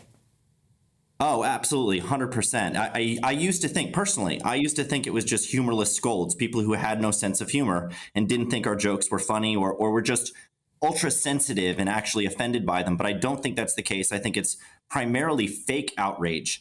They realize that if they pretend to be outraged enough at your speech, they can put these restrictions in place where they can actually outlaw your speech and make it even objectively true statements can become enforceable policy violations. And that's how they control your speech and they protect their own ideas from being challenged. Jeremy Tedesco, can I bring you in here from a legal perspective? This is a relatively new law. Did they not think to carve out some exceptions for satire and stand-up comedy and that kind of thing? Yeah, there's really no exceptions that could save this law. I mean, what the state's doing here that's so problematic is the state can't censor in this way directly. But what they're trying to do here is co-opt private companies and then third-party users on these platforms as the censors themselves to basically do what the government can't do directly through these private parties. So this is a particularly egregious attempt to try to basically co-opt people in the private sector to do censorship at the bidding of the state, pursuant to a policy, this hateful conduct policy, that clearly doesn't, stand up under free speech standards in the U.S. And so New York knows they couldn't do this directly, and they're asking these third parties to do it for them. So it's like a double whammy on free speech violations, and it can't stand. Yeah, because we have a similar thing. We just passed the online safety bill here in the UK, which effectively outsources those kinds of decisions to big tech and unelected regulators. But I would have expected in America, with your First Amendment, this isn't going to happen. But clearly there is a problem. Seth Dillon, is there a growing mistrust of free speech, do you think, in America? I think so, because what we have prevailing right now, like we talk about wokeness, we talk about these woke worldviews. These are worldviews that can't be rationally defended or coherently articulated. They have to be insulated from criticism, especially the most effective kind of criticism, which is mockery that exposes foolishness for what it is. And so in order to insulate worldviews that you can't defend from criticism, you have to put all kinds of rules in place about what can and can't be said. So yes, speech is being chilled, and it's being chilled for a reason. Do you think that it's been a good thing that Elon Musk has taken over Twitter and has sort of brought a lot of satirical accounts back? Or do you think that's going to last? I mean, we can't really have a situation where whatever multi-billionaire is around sort of decides on the parameters of what comedy is acceptable and what isn't. No, I don't. I appreciate Musk stepping in. I say this all the time. I don't think that we should be dependent on benevolent billionaires to speak freely. You know, it shouldn't be up to them to be making decisions about where we can speak and whether we can speak. That should be protected by the law. And so, you know, I think free speech in the public square is really threatened when the public square has moved online, and we need to figure out exactly how our First Amendment is going to be protected in places where most of the vast majority of public discourse is taking place. And you're challenging this at the moment. Jeremy Tedesco, could you tell us a bit more about the challenge and what nature, how you're approaching this? Well, the B has actually filed what's called a friend of the court brief. So they're not a party in the case. They're a third party who's telling the court, look, we think our rights are implicated by this case that's ongoing, and we want to tell the court how we think it should rule in light of the fact that we have interests here, too. The case is actually brought by a First Amendment professor here in the States named Eugene Volokh and the platform Rumble and Locals. And so right now it's on appeal at the Second Circuit Court of Appeals. And that's just one step below the U.S. Supreme Court. So, you know, this case may make it all the way to the U.S. Supreme Court, might get sent all the way back down to the lower court. We'll have to see. But you know, one thing I want to make sure your listeners understand, and I know you all know this very well, is that this problem of censorship isn't happening just on tech platforms. It's happening in the banking and financial industries as well. The same kind of policies, these hateful conduct policies that tech platforms and now New York is trying to use to censor speech online, banks are using to censor people from being able to have access to their bank accounts or to payment processing. So this is a corporate problem that we have to solve. when private companies start censoring speech, it has the same, if not more chilling effect on people's willingness to engage in those protected freedoms than when the government's doing it. And so we need to stop these companies from doing it. We certainly need to stop states from New York co-opting these private companies from engaging in this kind of censorship. And of course, Seth Dillon, isn't the risk here that if you have something as nebulous as hateful speech or hateful conduct, then anyone can sort of decide what hate means depending on their particular political preferences? Well, it ends up being whoever is holding the powers, the levers of power at the particular moment, whatever's offensive to them, whatever they're sensitive to.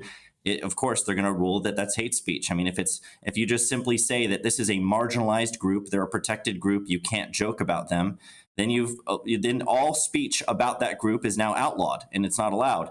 And this is one of the things that's the most insane thing about the whole conversation to me, is that the idea that the people that we've made jokes about that have landed us in hot water are marginalized and oppressed, because they're not. These are actually the most privileged people in our culture who have all of the powers that be behind them and backing them. And so they have tremendous privilege and power. They say that we're punching down when we make these jokes. We're actually punching up, because we're making jokes about the prevailing powers that be and poking holes in the popular narrative. But of course, as you say, they will say that they are the marginalised, even though, of course, a lot of these activists can effectively get people fired, turfed out of their jobs just on a whim. So it doesn't seem that marginalised to me. Jeremy Tedesco, can I just ask you about this, though? Isn't the First Amendment, just speaking as an outsider, but isn't the First Amendment secure enough to mean that eventually, when this goes right up to the top, to the Supreme Court, it will always be shut down? That really, in America, it's not really possible to have a law that effectively limits free speech? Well, I would say there's activists on the other side, in government and otherwise, who are constantly trying to chip away at what you rightly point out is a very strong First Amendment free speech standard. And, we have to be vigilant to protect against those things. And I do think that if a case like this goes to the U.S. Supreme Court, that we'd get the right ruling. But what I think is really important to understand about the day and age we live in right now is that there are activists they are intentionally trying to bypass our First Amendment rights, free speech rights, by going to the private companies, just like New York is doing here, and getting them to censor. And so we have this huge problem of private censorship in this country, whether you want to say it's, caused by activists trying to co-opt those companies, or they're just willing to do it themselves. It's still an enormous problem. And people are afraid, are increasingly afraid to express their views online. And they're afraid about losing their bank accounts or their social media accounts simply because people might disagree with them at these companies. That's not a healthy free speech culture, and we need one. And Seth Dillon, so, I mean, the Babylon Bee, it's absolutely hilarious. It's a brilliant site. And, of course, you depend on social media and the internet for your whole operation. So what would you say? I mean, what if this law were to be sustained and satire were to be curtailed? What do you do at that point? Do you modify your material accordingly? What would your answer be? A lot of that, my writers have told me that they have actually faced situations where they thought about making a joke and held back because they didn't want to violate one of these policies. And so they've actually engaged in some level of self-censorship. I encourage them not to do that. I encourage them to speak freely. If we did end up violating this law, and that we had some kind of repercussion for it, or there's penalties that basically the penalty that would be imposed on us is that our content would be taken down. We could potentially be deplatformed as a result of this. We would go way beyond just filing a brief and actually file a lawsuit at that case, I would imagine. But you've had this before, haven't you? Because when the tweet you mentioned earlier, you were told that you must delete the tweet and admit that it was hateful. Is that right? Am I remembering that correctly? Yeah, we had to check a box saying that we admitted that we violated the terms, including the hateful conduct policy, and we refused to check that box and delete the tweet. We were willing to be off Twitter permanently. We had no idea that Elon was going to come in and buy Twitter and restore our account. So yeah, it was that important to us that we take a stand there and say, look, we are not going to censor ourselves. You don't have the right to shut us up. We have every right to make this joke. There was no hate to this joke. In fact, it's the truth, and the truth is not hate speech. So we stood very firm on that. So is that the answer? Just creative people have to they have to self-censor less, be a bit tougher, and just carry on expressing themselves as they see fit? Yeah, I think so. I mean, I think that people will become emboldened by that approach. The more people that do that, see, the more people that censor themselves, the more power they give these tyrants. You're doing the tyrant's work for him. And then what ends up happening is fewer and fewer people will be bold enough to speak out because censorship is the prevailing thing. But if enough people do speak out and they actually continue to say the things they're not supposed to say, more and more people, I think, will be emboldened to do that. And that's the way to push back, is to speak freely. Well, Seth Dillon and Jeremy Tedesco, thanks ever so much for joining me today. So next on Free Speech Nation, I'm going to be speaking to Sean Corby, who successfully argued his opposition of critical race theory was a philosophical belief in a legal first. He's going to be joining me just after the break. See you in a moment.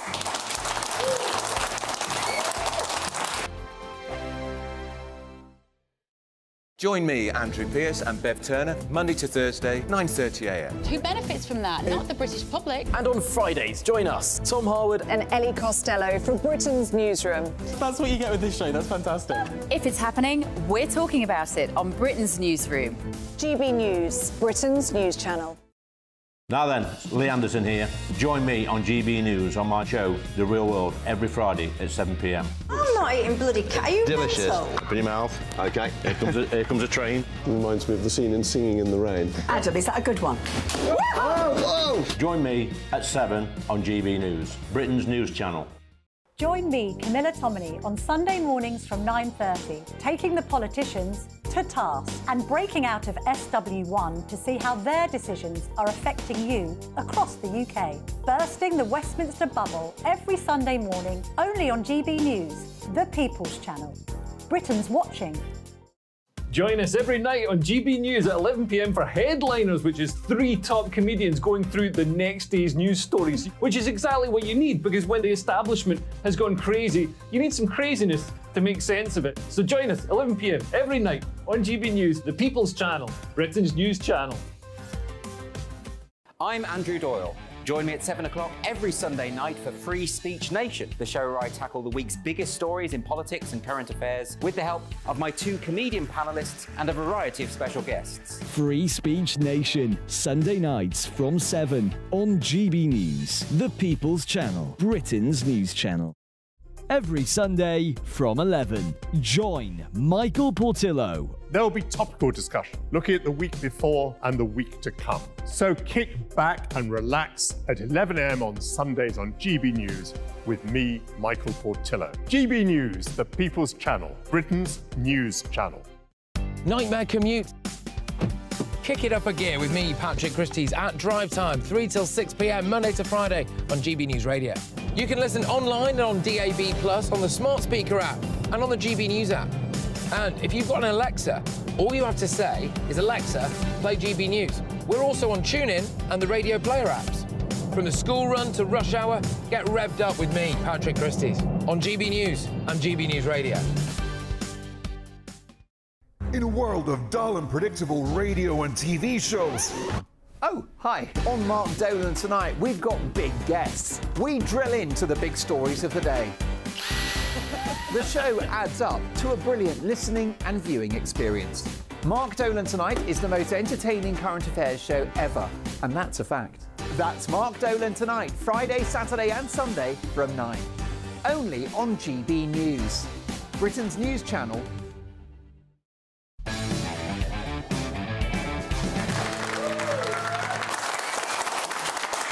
Welcome back to Free Speech Nation. In what is believed to be a legal first here in the UK, a judge has ruled that disagreeing with critical race theory is actually a belief protected by law. Sean Corby, an employee of ACAS, took the organisation to an employment tribunal after he was instructed to delete comments on Yammer that were critical of Black Lives Matter and the theory behind it. Corby argued that a better approach to addressing racism was to follow the ideas of Martin Luther King, who said that people should be judged by the content of their character rather than the colour of their skin.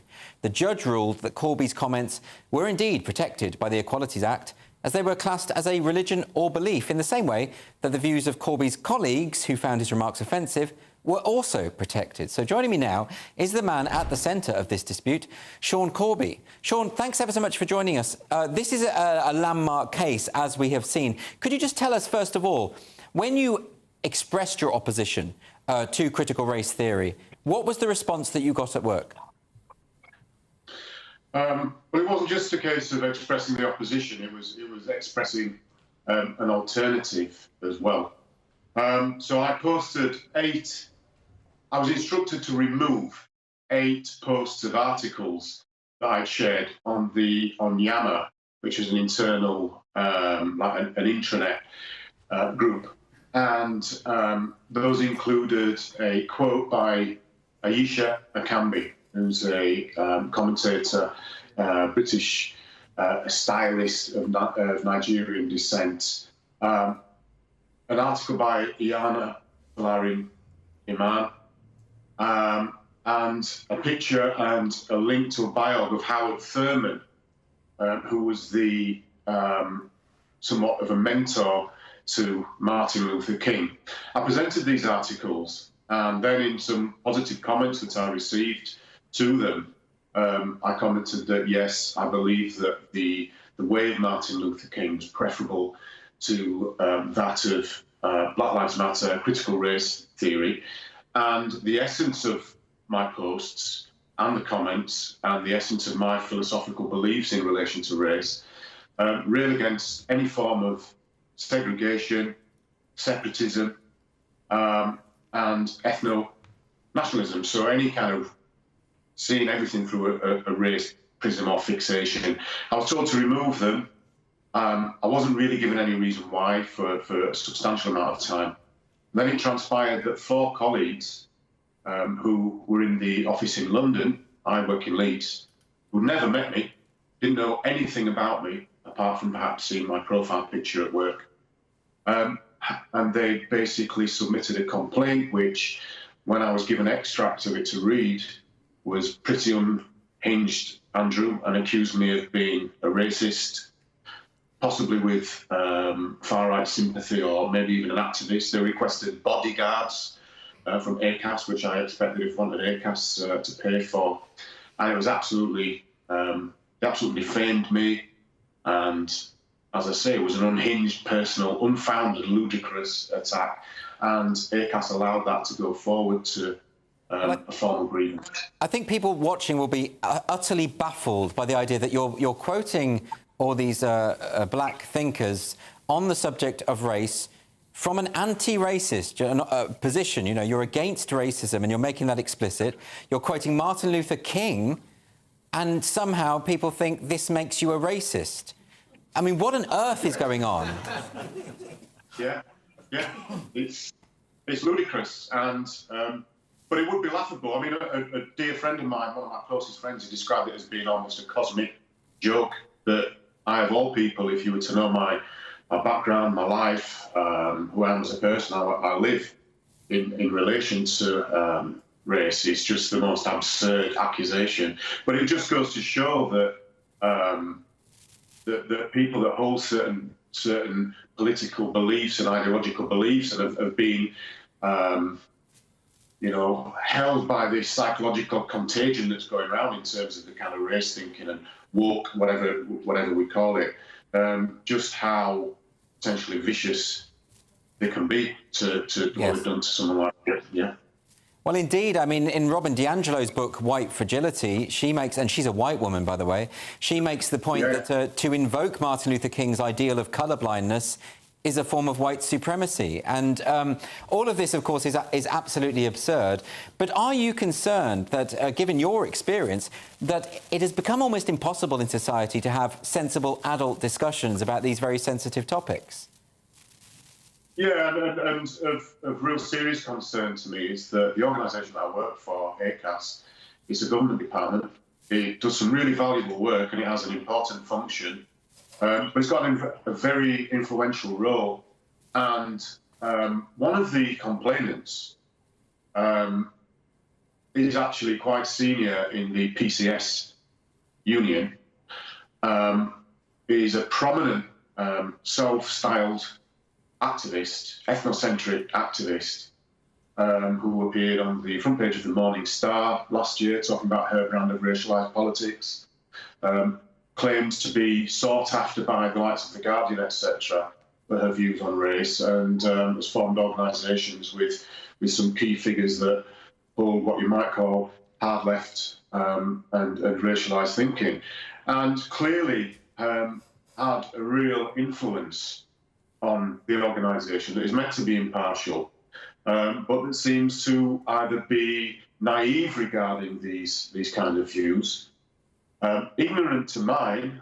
Despite efforts before all this started, I wrote to the chief executive, to the race network, to the diversity and inclusion team, and shared different ideas and writings by people like Chloe Valdare, who's got a diversity training program that is non-CRT based, rooted in Martin Luther King's teaching, is not about shaming people, doesn't believe that white people are born with the original sin of racism, recognises that racial bigotry can exist, is possible to exist in all people, and doesn't treat racial groups as a homogenous blob, that they're all the same, there's complexity in all groups of people.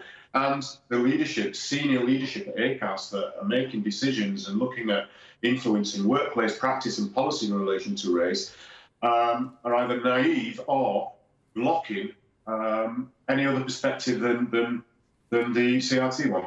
Yeah, it's very troubling, isn't it, when you have a theory like critical race theory, which is so divisive and actually, in my view, exacerbates racial tensions, and yet you're coming from a position of social liberalism, the ideas that were embodied by all the great civil rights luminaries of the past, and you're the one who is problematized, as they put it, and attacked.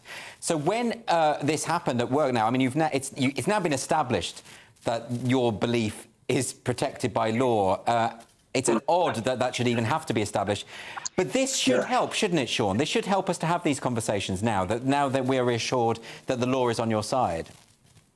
I hope so. I mean, I had to, I was very intensely cross-examined over 3 days. And on the first day, it was in relation to me having to prove that my beliefs are a philosophical belief and that I just wasn't expressing views and opinions. So I had to undergo the Granger test, which, as I'm sure you'll be aware, is pretty stringent. And the fifth aspect of that, which ACAS contested before the hearing, but then decided on the morning of the hearing to be neutral on it, asserted that my beliefs, my ideas, the views that I expressed that are a manifestation of my philosophical belief were not worthy of a democratic society. So something akin to Nazism, for example, which again was so shocking and absurd. So I had to explain that my beliefs and my intellectual understanding and academic understanding in relation to race have come about and are rooted in my own life experience. The complainants said that I dismissed their lived experience as this term that people seem to use in certain ways now about lived experience, that only certain groups of people can understand certain topics and anybody outside that group can never understand and shouldn't even talk about it. But when it was disclosed after speaking with the judge that my upbringing was one where I was immersed in culture of black people, my family, my extended family of Jamaican descent, my children, my wife is black, my two sons are mixed race, they're black. I've been a professional musician many years, touring with great Jamaican artists, Gregory Isaacs and all sorts of people. I'm a jazz musician. I've spent my life studying that music and the historical, cultural context. And I've lived my life with friendships with people from many different backgrounds. So the fact that I had to prove myself that I wasn't, and I'm not a racist because I quoted Martin Luther King and expressed my philosophical beliefs in that way, pretty distressing, Andrew. I imagine that's very upsetting, but I'm glad that the outcome has gone the right way. Sean Corby, thank you so much for joining me. And next on Free Speech Nation, we'll take a look at what's been causing a stir online this week and your unfiltered dilemmas. Don't go anywhere.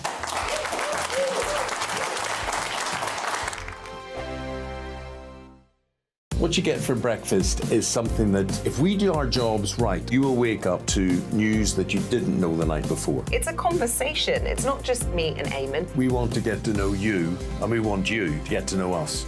From 6, it's Breakfast with Eamon and Isabel. Monday to Thursdays on GB News. Britain's news channel.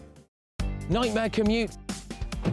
Kick it up a gear with me, Patrick Christie's, at drive time, 3 till 6 p.m, Monday to Friday on GB News Radio. You can listen online and on DAB+, on the smart speaker app and on the GB News app. And if you've got an Alexa, all you have to say is, Alexa, play GB News. We're also on TuneIn and the Radio Player apps. From the school run to rush hour, get revved up with me, Patrick Christie's, on GB News and GB News Radio. Join me, Andrew Pearce and Bev Turner, Monday to Thursday, 9:30am. Who benefits from that? Not the British public. And on Fridays, join us, Tom Harwood And Ellie Costello from Britain's Newsroom. That's what you get with this show. That's fantastic. If it's happening, we're talking about it on Britain's Newsroom. GB News, Britain's news channel. GB News, unlike other broadcasters, isn't obsessed with the London-Westminster bubble. We think there's a nation beyond the M25, and that's why we talk about the issues that matter across the land. Join me on State of the Nation, 8 to 9 o'clock, Monday to Thursday, on GB News. Daisy's listening, and you should too.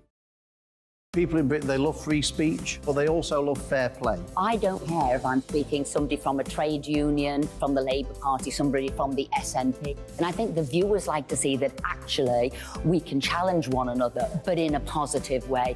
We think we ask the questions that people want to ask, and often we ask the questions that we wanted to ask in Parliament but never got the chance to ask. So join us every Saturday, 10 a.m. till noon on GB News, Britain's news channel.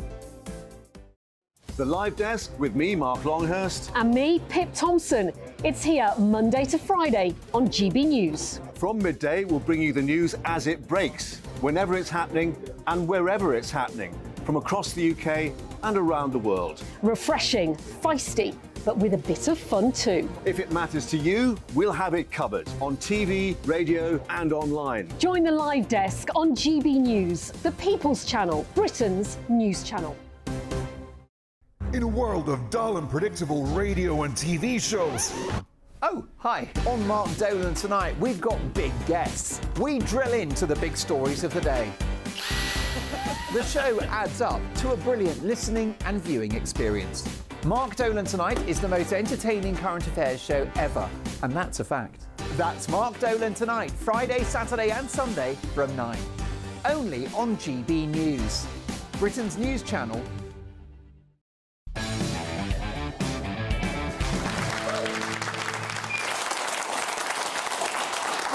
Free Speech Nation. So it's time for Social Sensations. That's the part of the show where we look at what's been going viral this week on social media. There's been quite a lot to choose from, but first up, we've got this video.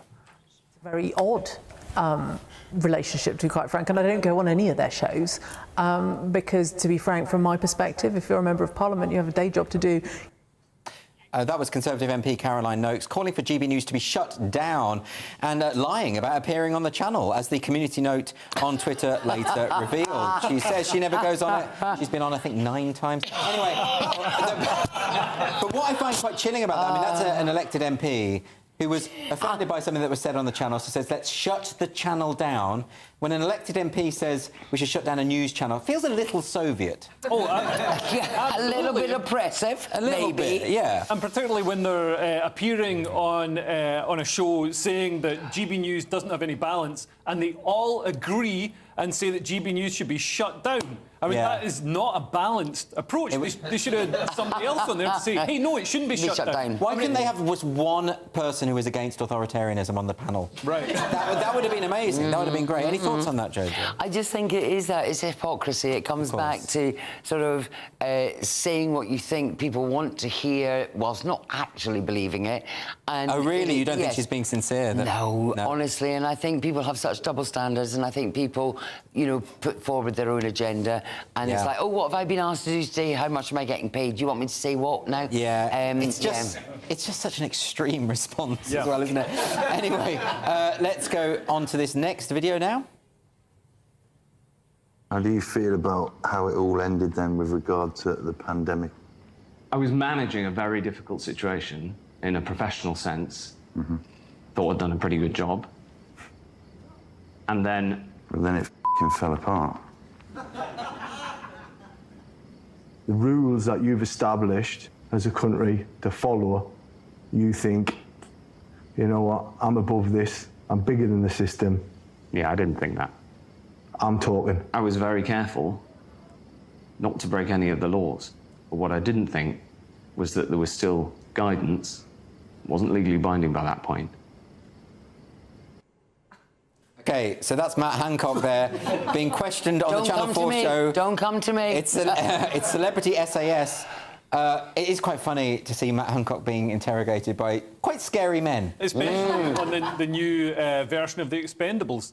That is pretty scary. But he looked so weak there. Can you imagine Dominic Raab taking that? Yeah. Dominic Raab would have like punched into the guy's chest and ripped his heart out. Yeah, he's pretty tough. I mean, I wouldn't go on that show. I'm terrified. No, I would. Would you? Absolutely. Oh, I bloody love it. I honestly, but it's that thing with Matt Hancock. I mean, he's just the epitome of somebody that made the rules, broke the rules. Yeah, you know what I mean? exactly. And they all were. So, I mean, I get bored. If people are making the rules and they break the rules, I'm not listening.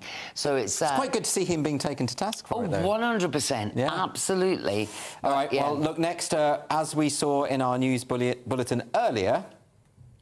I have these available at the Conservative shop outside for just £16.99, also online. OK, so that's the chair of the Conservative Party, Greg Hands, showing off flip-flops with Keir Starmer's face on them at the Tory party conference. That was earlier today. It's quite expensive. $16.99 for flip-flops? I mean, they need a lot of money, though. They do. Is that one way to raise it?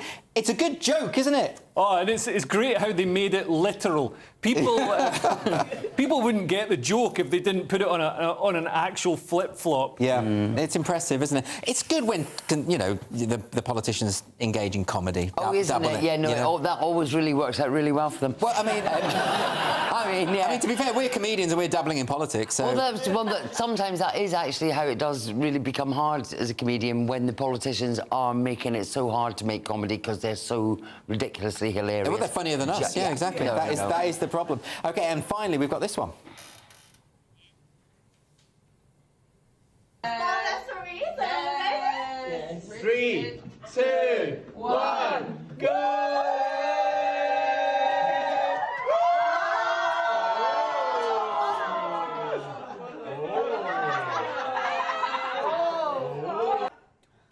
OK, so if you're a bit baffled by that, I will explain. You know, we've got these gender reveal parties. That was a bathroom reveal party. And these people have got a new bathroom, and they're showing it off, and people clearly are approving. That's brilliant. I mean, that is brilliant. It is odd, isn't it?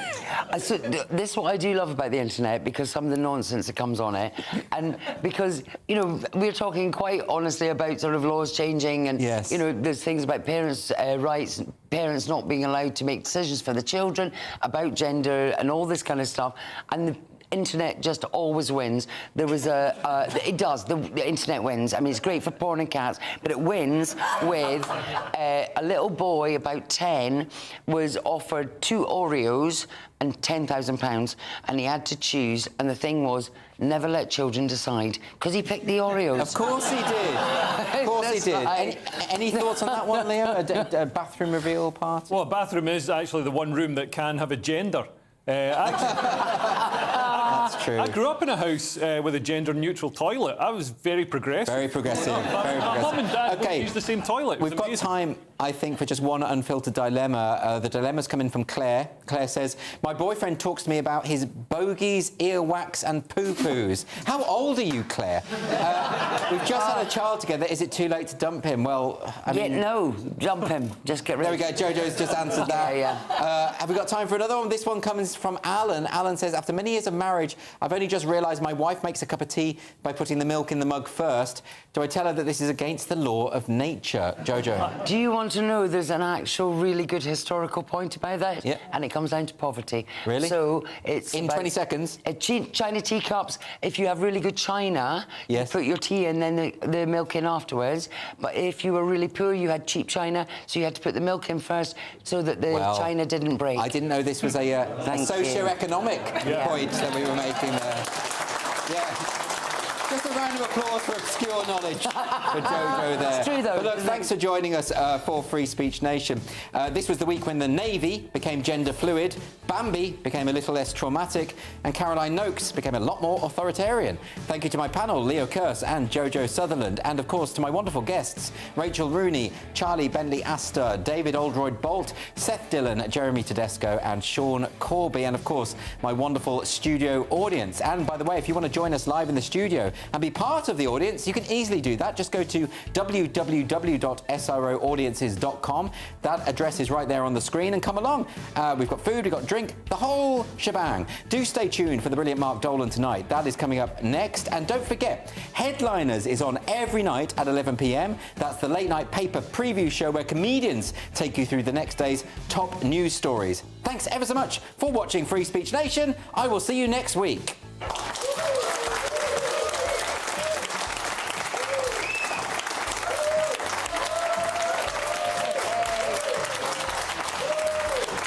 Hello there, I'm Greg Dewhurst and welcome to your latest GB News weather forecast. It stays mixed over the next few days. We'll see some rain at times, but there will be some drier and brighter intervals. Temperatures generally on the warm side for the time of year. At the moment, low pressure generally dominates the weather pattern, but this area of high pressure starts to move in towards the middle of the week across the south. Across the south this evening, though, quite a cloudy picture, outbreaks of patchy rain at times too, and that continues overnight. Some low cloud, mist and murk developing here. Further north, generally drier, some clear spells for Northern Ireland, Scotland, but turning windy across the Highlands with showers here. And temperatures for most generally staying in double figures. A warm start to the day across southern counties of England and Wales. Quite cloudy here, though, with patchy rain and drizzle. And then through the day, we'll see cloud amounts increase across England and Wales. Some heavy rain developing. Bright skies for Northern Ireland and Scotland through the day, but still some scattered showers. Staying windy across the northwest of Scotland. Temperatures high teens to low 20s, 22 or 23 possible towards the far southeast where we see any sunshine. Into Tuesday, we've got early rain clearing southeastwards, and then it's a bright day with sunny spells and scattered showers. Showers moving in quite quickly across the northern half of the UK on that brisk westerly breeze. Best of the sunshine across southern areas. Temperatures a little lower, but staying around average over the next few days before increasing further towards the weekend. See you soon. The Live Desk with me, Mark Longhurst. And me, Pip Thompson. It's here Monday to Friday on GB News. From midday, we'll bring you the news as it breaks, whenever it's happening and wherever it's happening, from across the UK and around the world. Refreshing, feisty, but with a bit of fun too. If it matters to you, we'll have it covered on TV, radio and online. Join the Live Desk on GB News, the People's Channel, Britain's news channel. So Jubes and Co, we tackle the issues of the day with real robust debate, both sides of the fence, battling it out with me in the middle with my forthright opinions and views. And often really interesting things happen because you start with a position and then by the end of the debate you find actually, well, I might not have thought about that one. What we need in this country is 2 new political parties. You should maybe think about doing a 2024 calendar. I'm Michelle Dewberry and I'm keeping you company right through until 7 o'clock this evening. GB News, the People's Channel, Britain's watching. People in Britain, they love free speech, but they also love fair play. I don't care if I'm speaking somebody from a trade union, from the Labour Party, somebody from the SNP. And I think the viewers like to see that actually we can challenge one another, but in a positive way. We think we ask the questions that people want to ask, and often we ask the questions that we wanted to ask in Parliament but never got the chance to ask. So join us every Saturday, 10 a.m. till noon on GB News, Britain's news channel. In a world of dull and predictable radio and TV shows. Oh, hi. On Mark Dolan tonight, we've got big guests. We drill into the big stories of the day. The show adds up to a brilliant listening and viewing experience. Mark Dolan Tonight is the most entertaining current affairs show ever, and that's a fact. That's Mark Dolan Tonight, Friday, Saturday and Sunday from 9. Only on GB News, Britain's news channel. Join me, Andrew Pearce and Bev Turner, Monday to Thursday, 9:30 a.m. Who benefits from that? Not the British public. And on Fridays, join us, Tom Harwood and Ellie Costello from Britain's Newsroom. That's what you get with this show, that's fantastic. If it's happening, we're talking about it on Britain's Newsroom. GB News, Britain's news channel. Join me, Camilla Tominey, on Sunday mornings from 9:30, taking the politicians to task and breaking out of SW1 to see how their decisions are affecting you across the UK. Bursting the Westminster bubble every Sunday morning, only on GB News, the People's Channel. Britain's watching. I'm Andrew Doyle. Join me at 7 o'clock every Sunday night for Free Speech Nation, the show where I tackle the week's biggest stories in politics and current affairs with the help of my 2 comedian panellists and a variety of special guests. Free Speech Nation, Sunday nights from 7 on GB News, the People's Channel, Britain's news channel.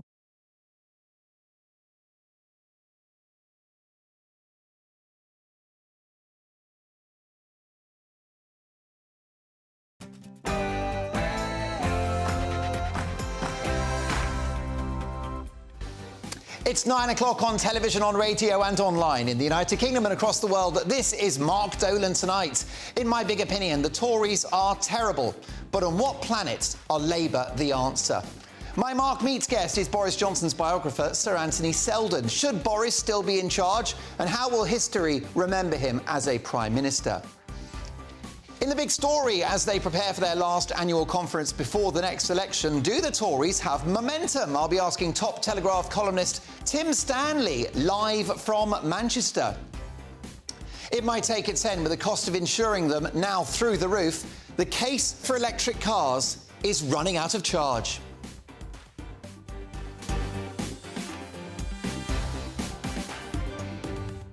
Are they a con? You tell me. I'll be tackling that topic at 10 o'clock. And let me give you some developing news in regards to this channel. The former Home Secretary, Priti Patel, has just given her backing to GB News. We know it's been a tumultuous week. We've had column inches. We've been in the papers. We've obviously been on telly and radio. Everyone's been talking about us. As you know, I've said, I'm on record as pointing out that we will never be shut down and we won't shut up. Well, we now have the support of the former Home Secretary, Priti Patel, who backs GB News all the way. Find out why if you're new to the channel and the show. We've got a busy 2 hours. Big stories, big entertainment, big guests. I'll see you after the news with my good friend, Lisa Hartle.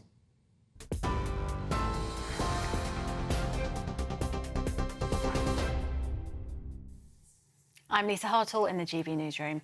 A promise to increase efforts to stop illegal migrants from entering the country has been made at the Conservative Party conference. That's as latest figures show more than 537 people were intercepted trying to cross the Channel yesterday. The Foreign Secretary, James Cleverly, told the party faithful he's working with international allies to stop the boats. I've written to all of our ambassadors, all of our high commissioners, and I've instructed each and every one of them to do even more work with the countries in which they represent the UK to help stop the abhorrent trafficking of human lives across the English Channel. Be in no doubt at all, our diplomats will redouble their effort to bring an end to this terrible, terrible injustice. Earlier, the Tory party chairman used his opening address to take a swipe at Labour.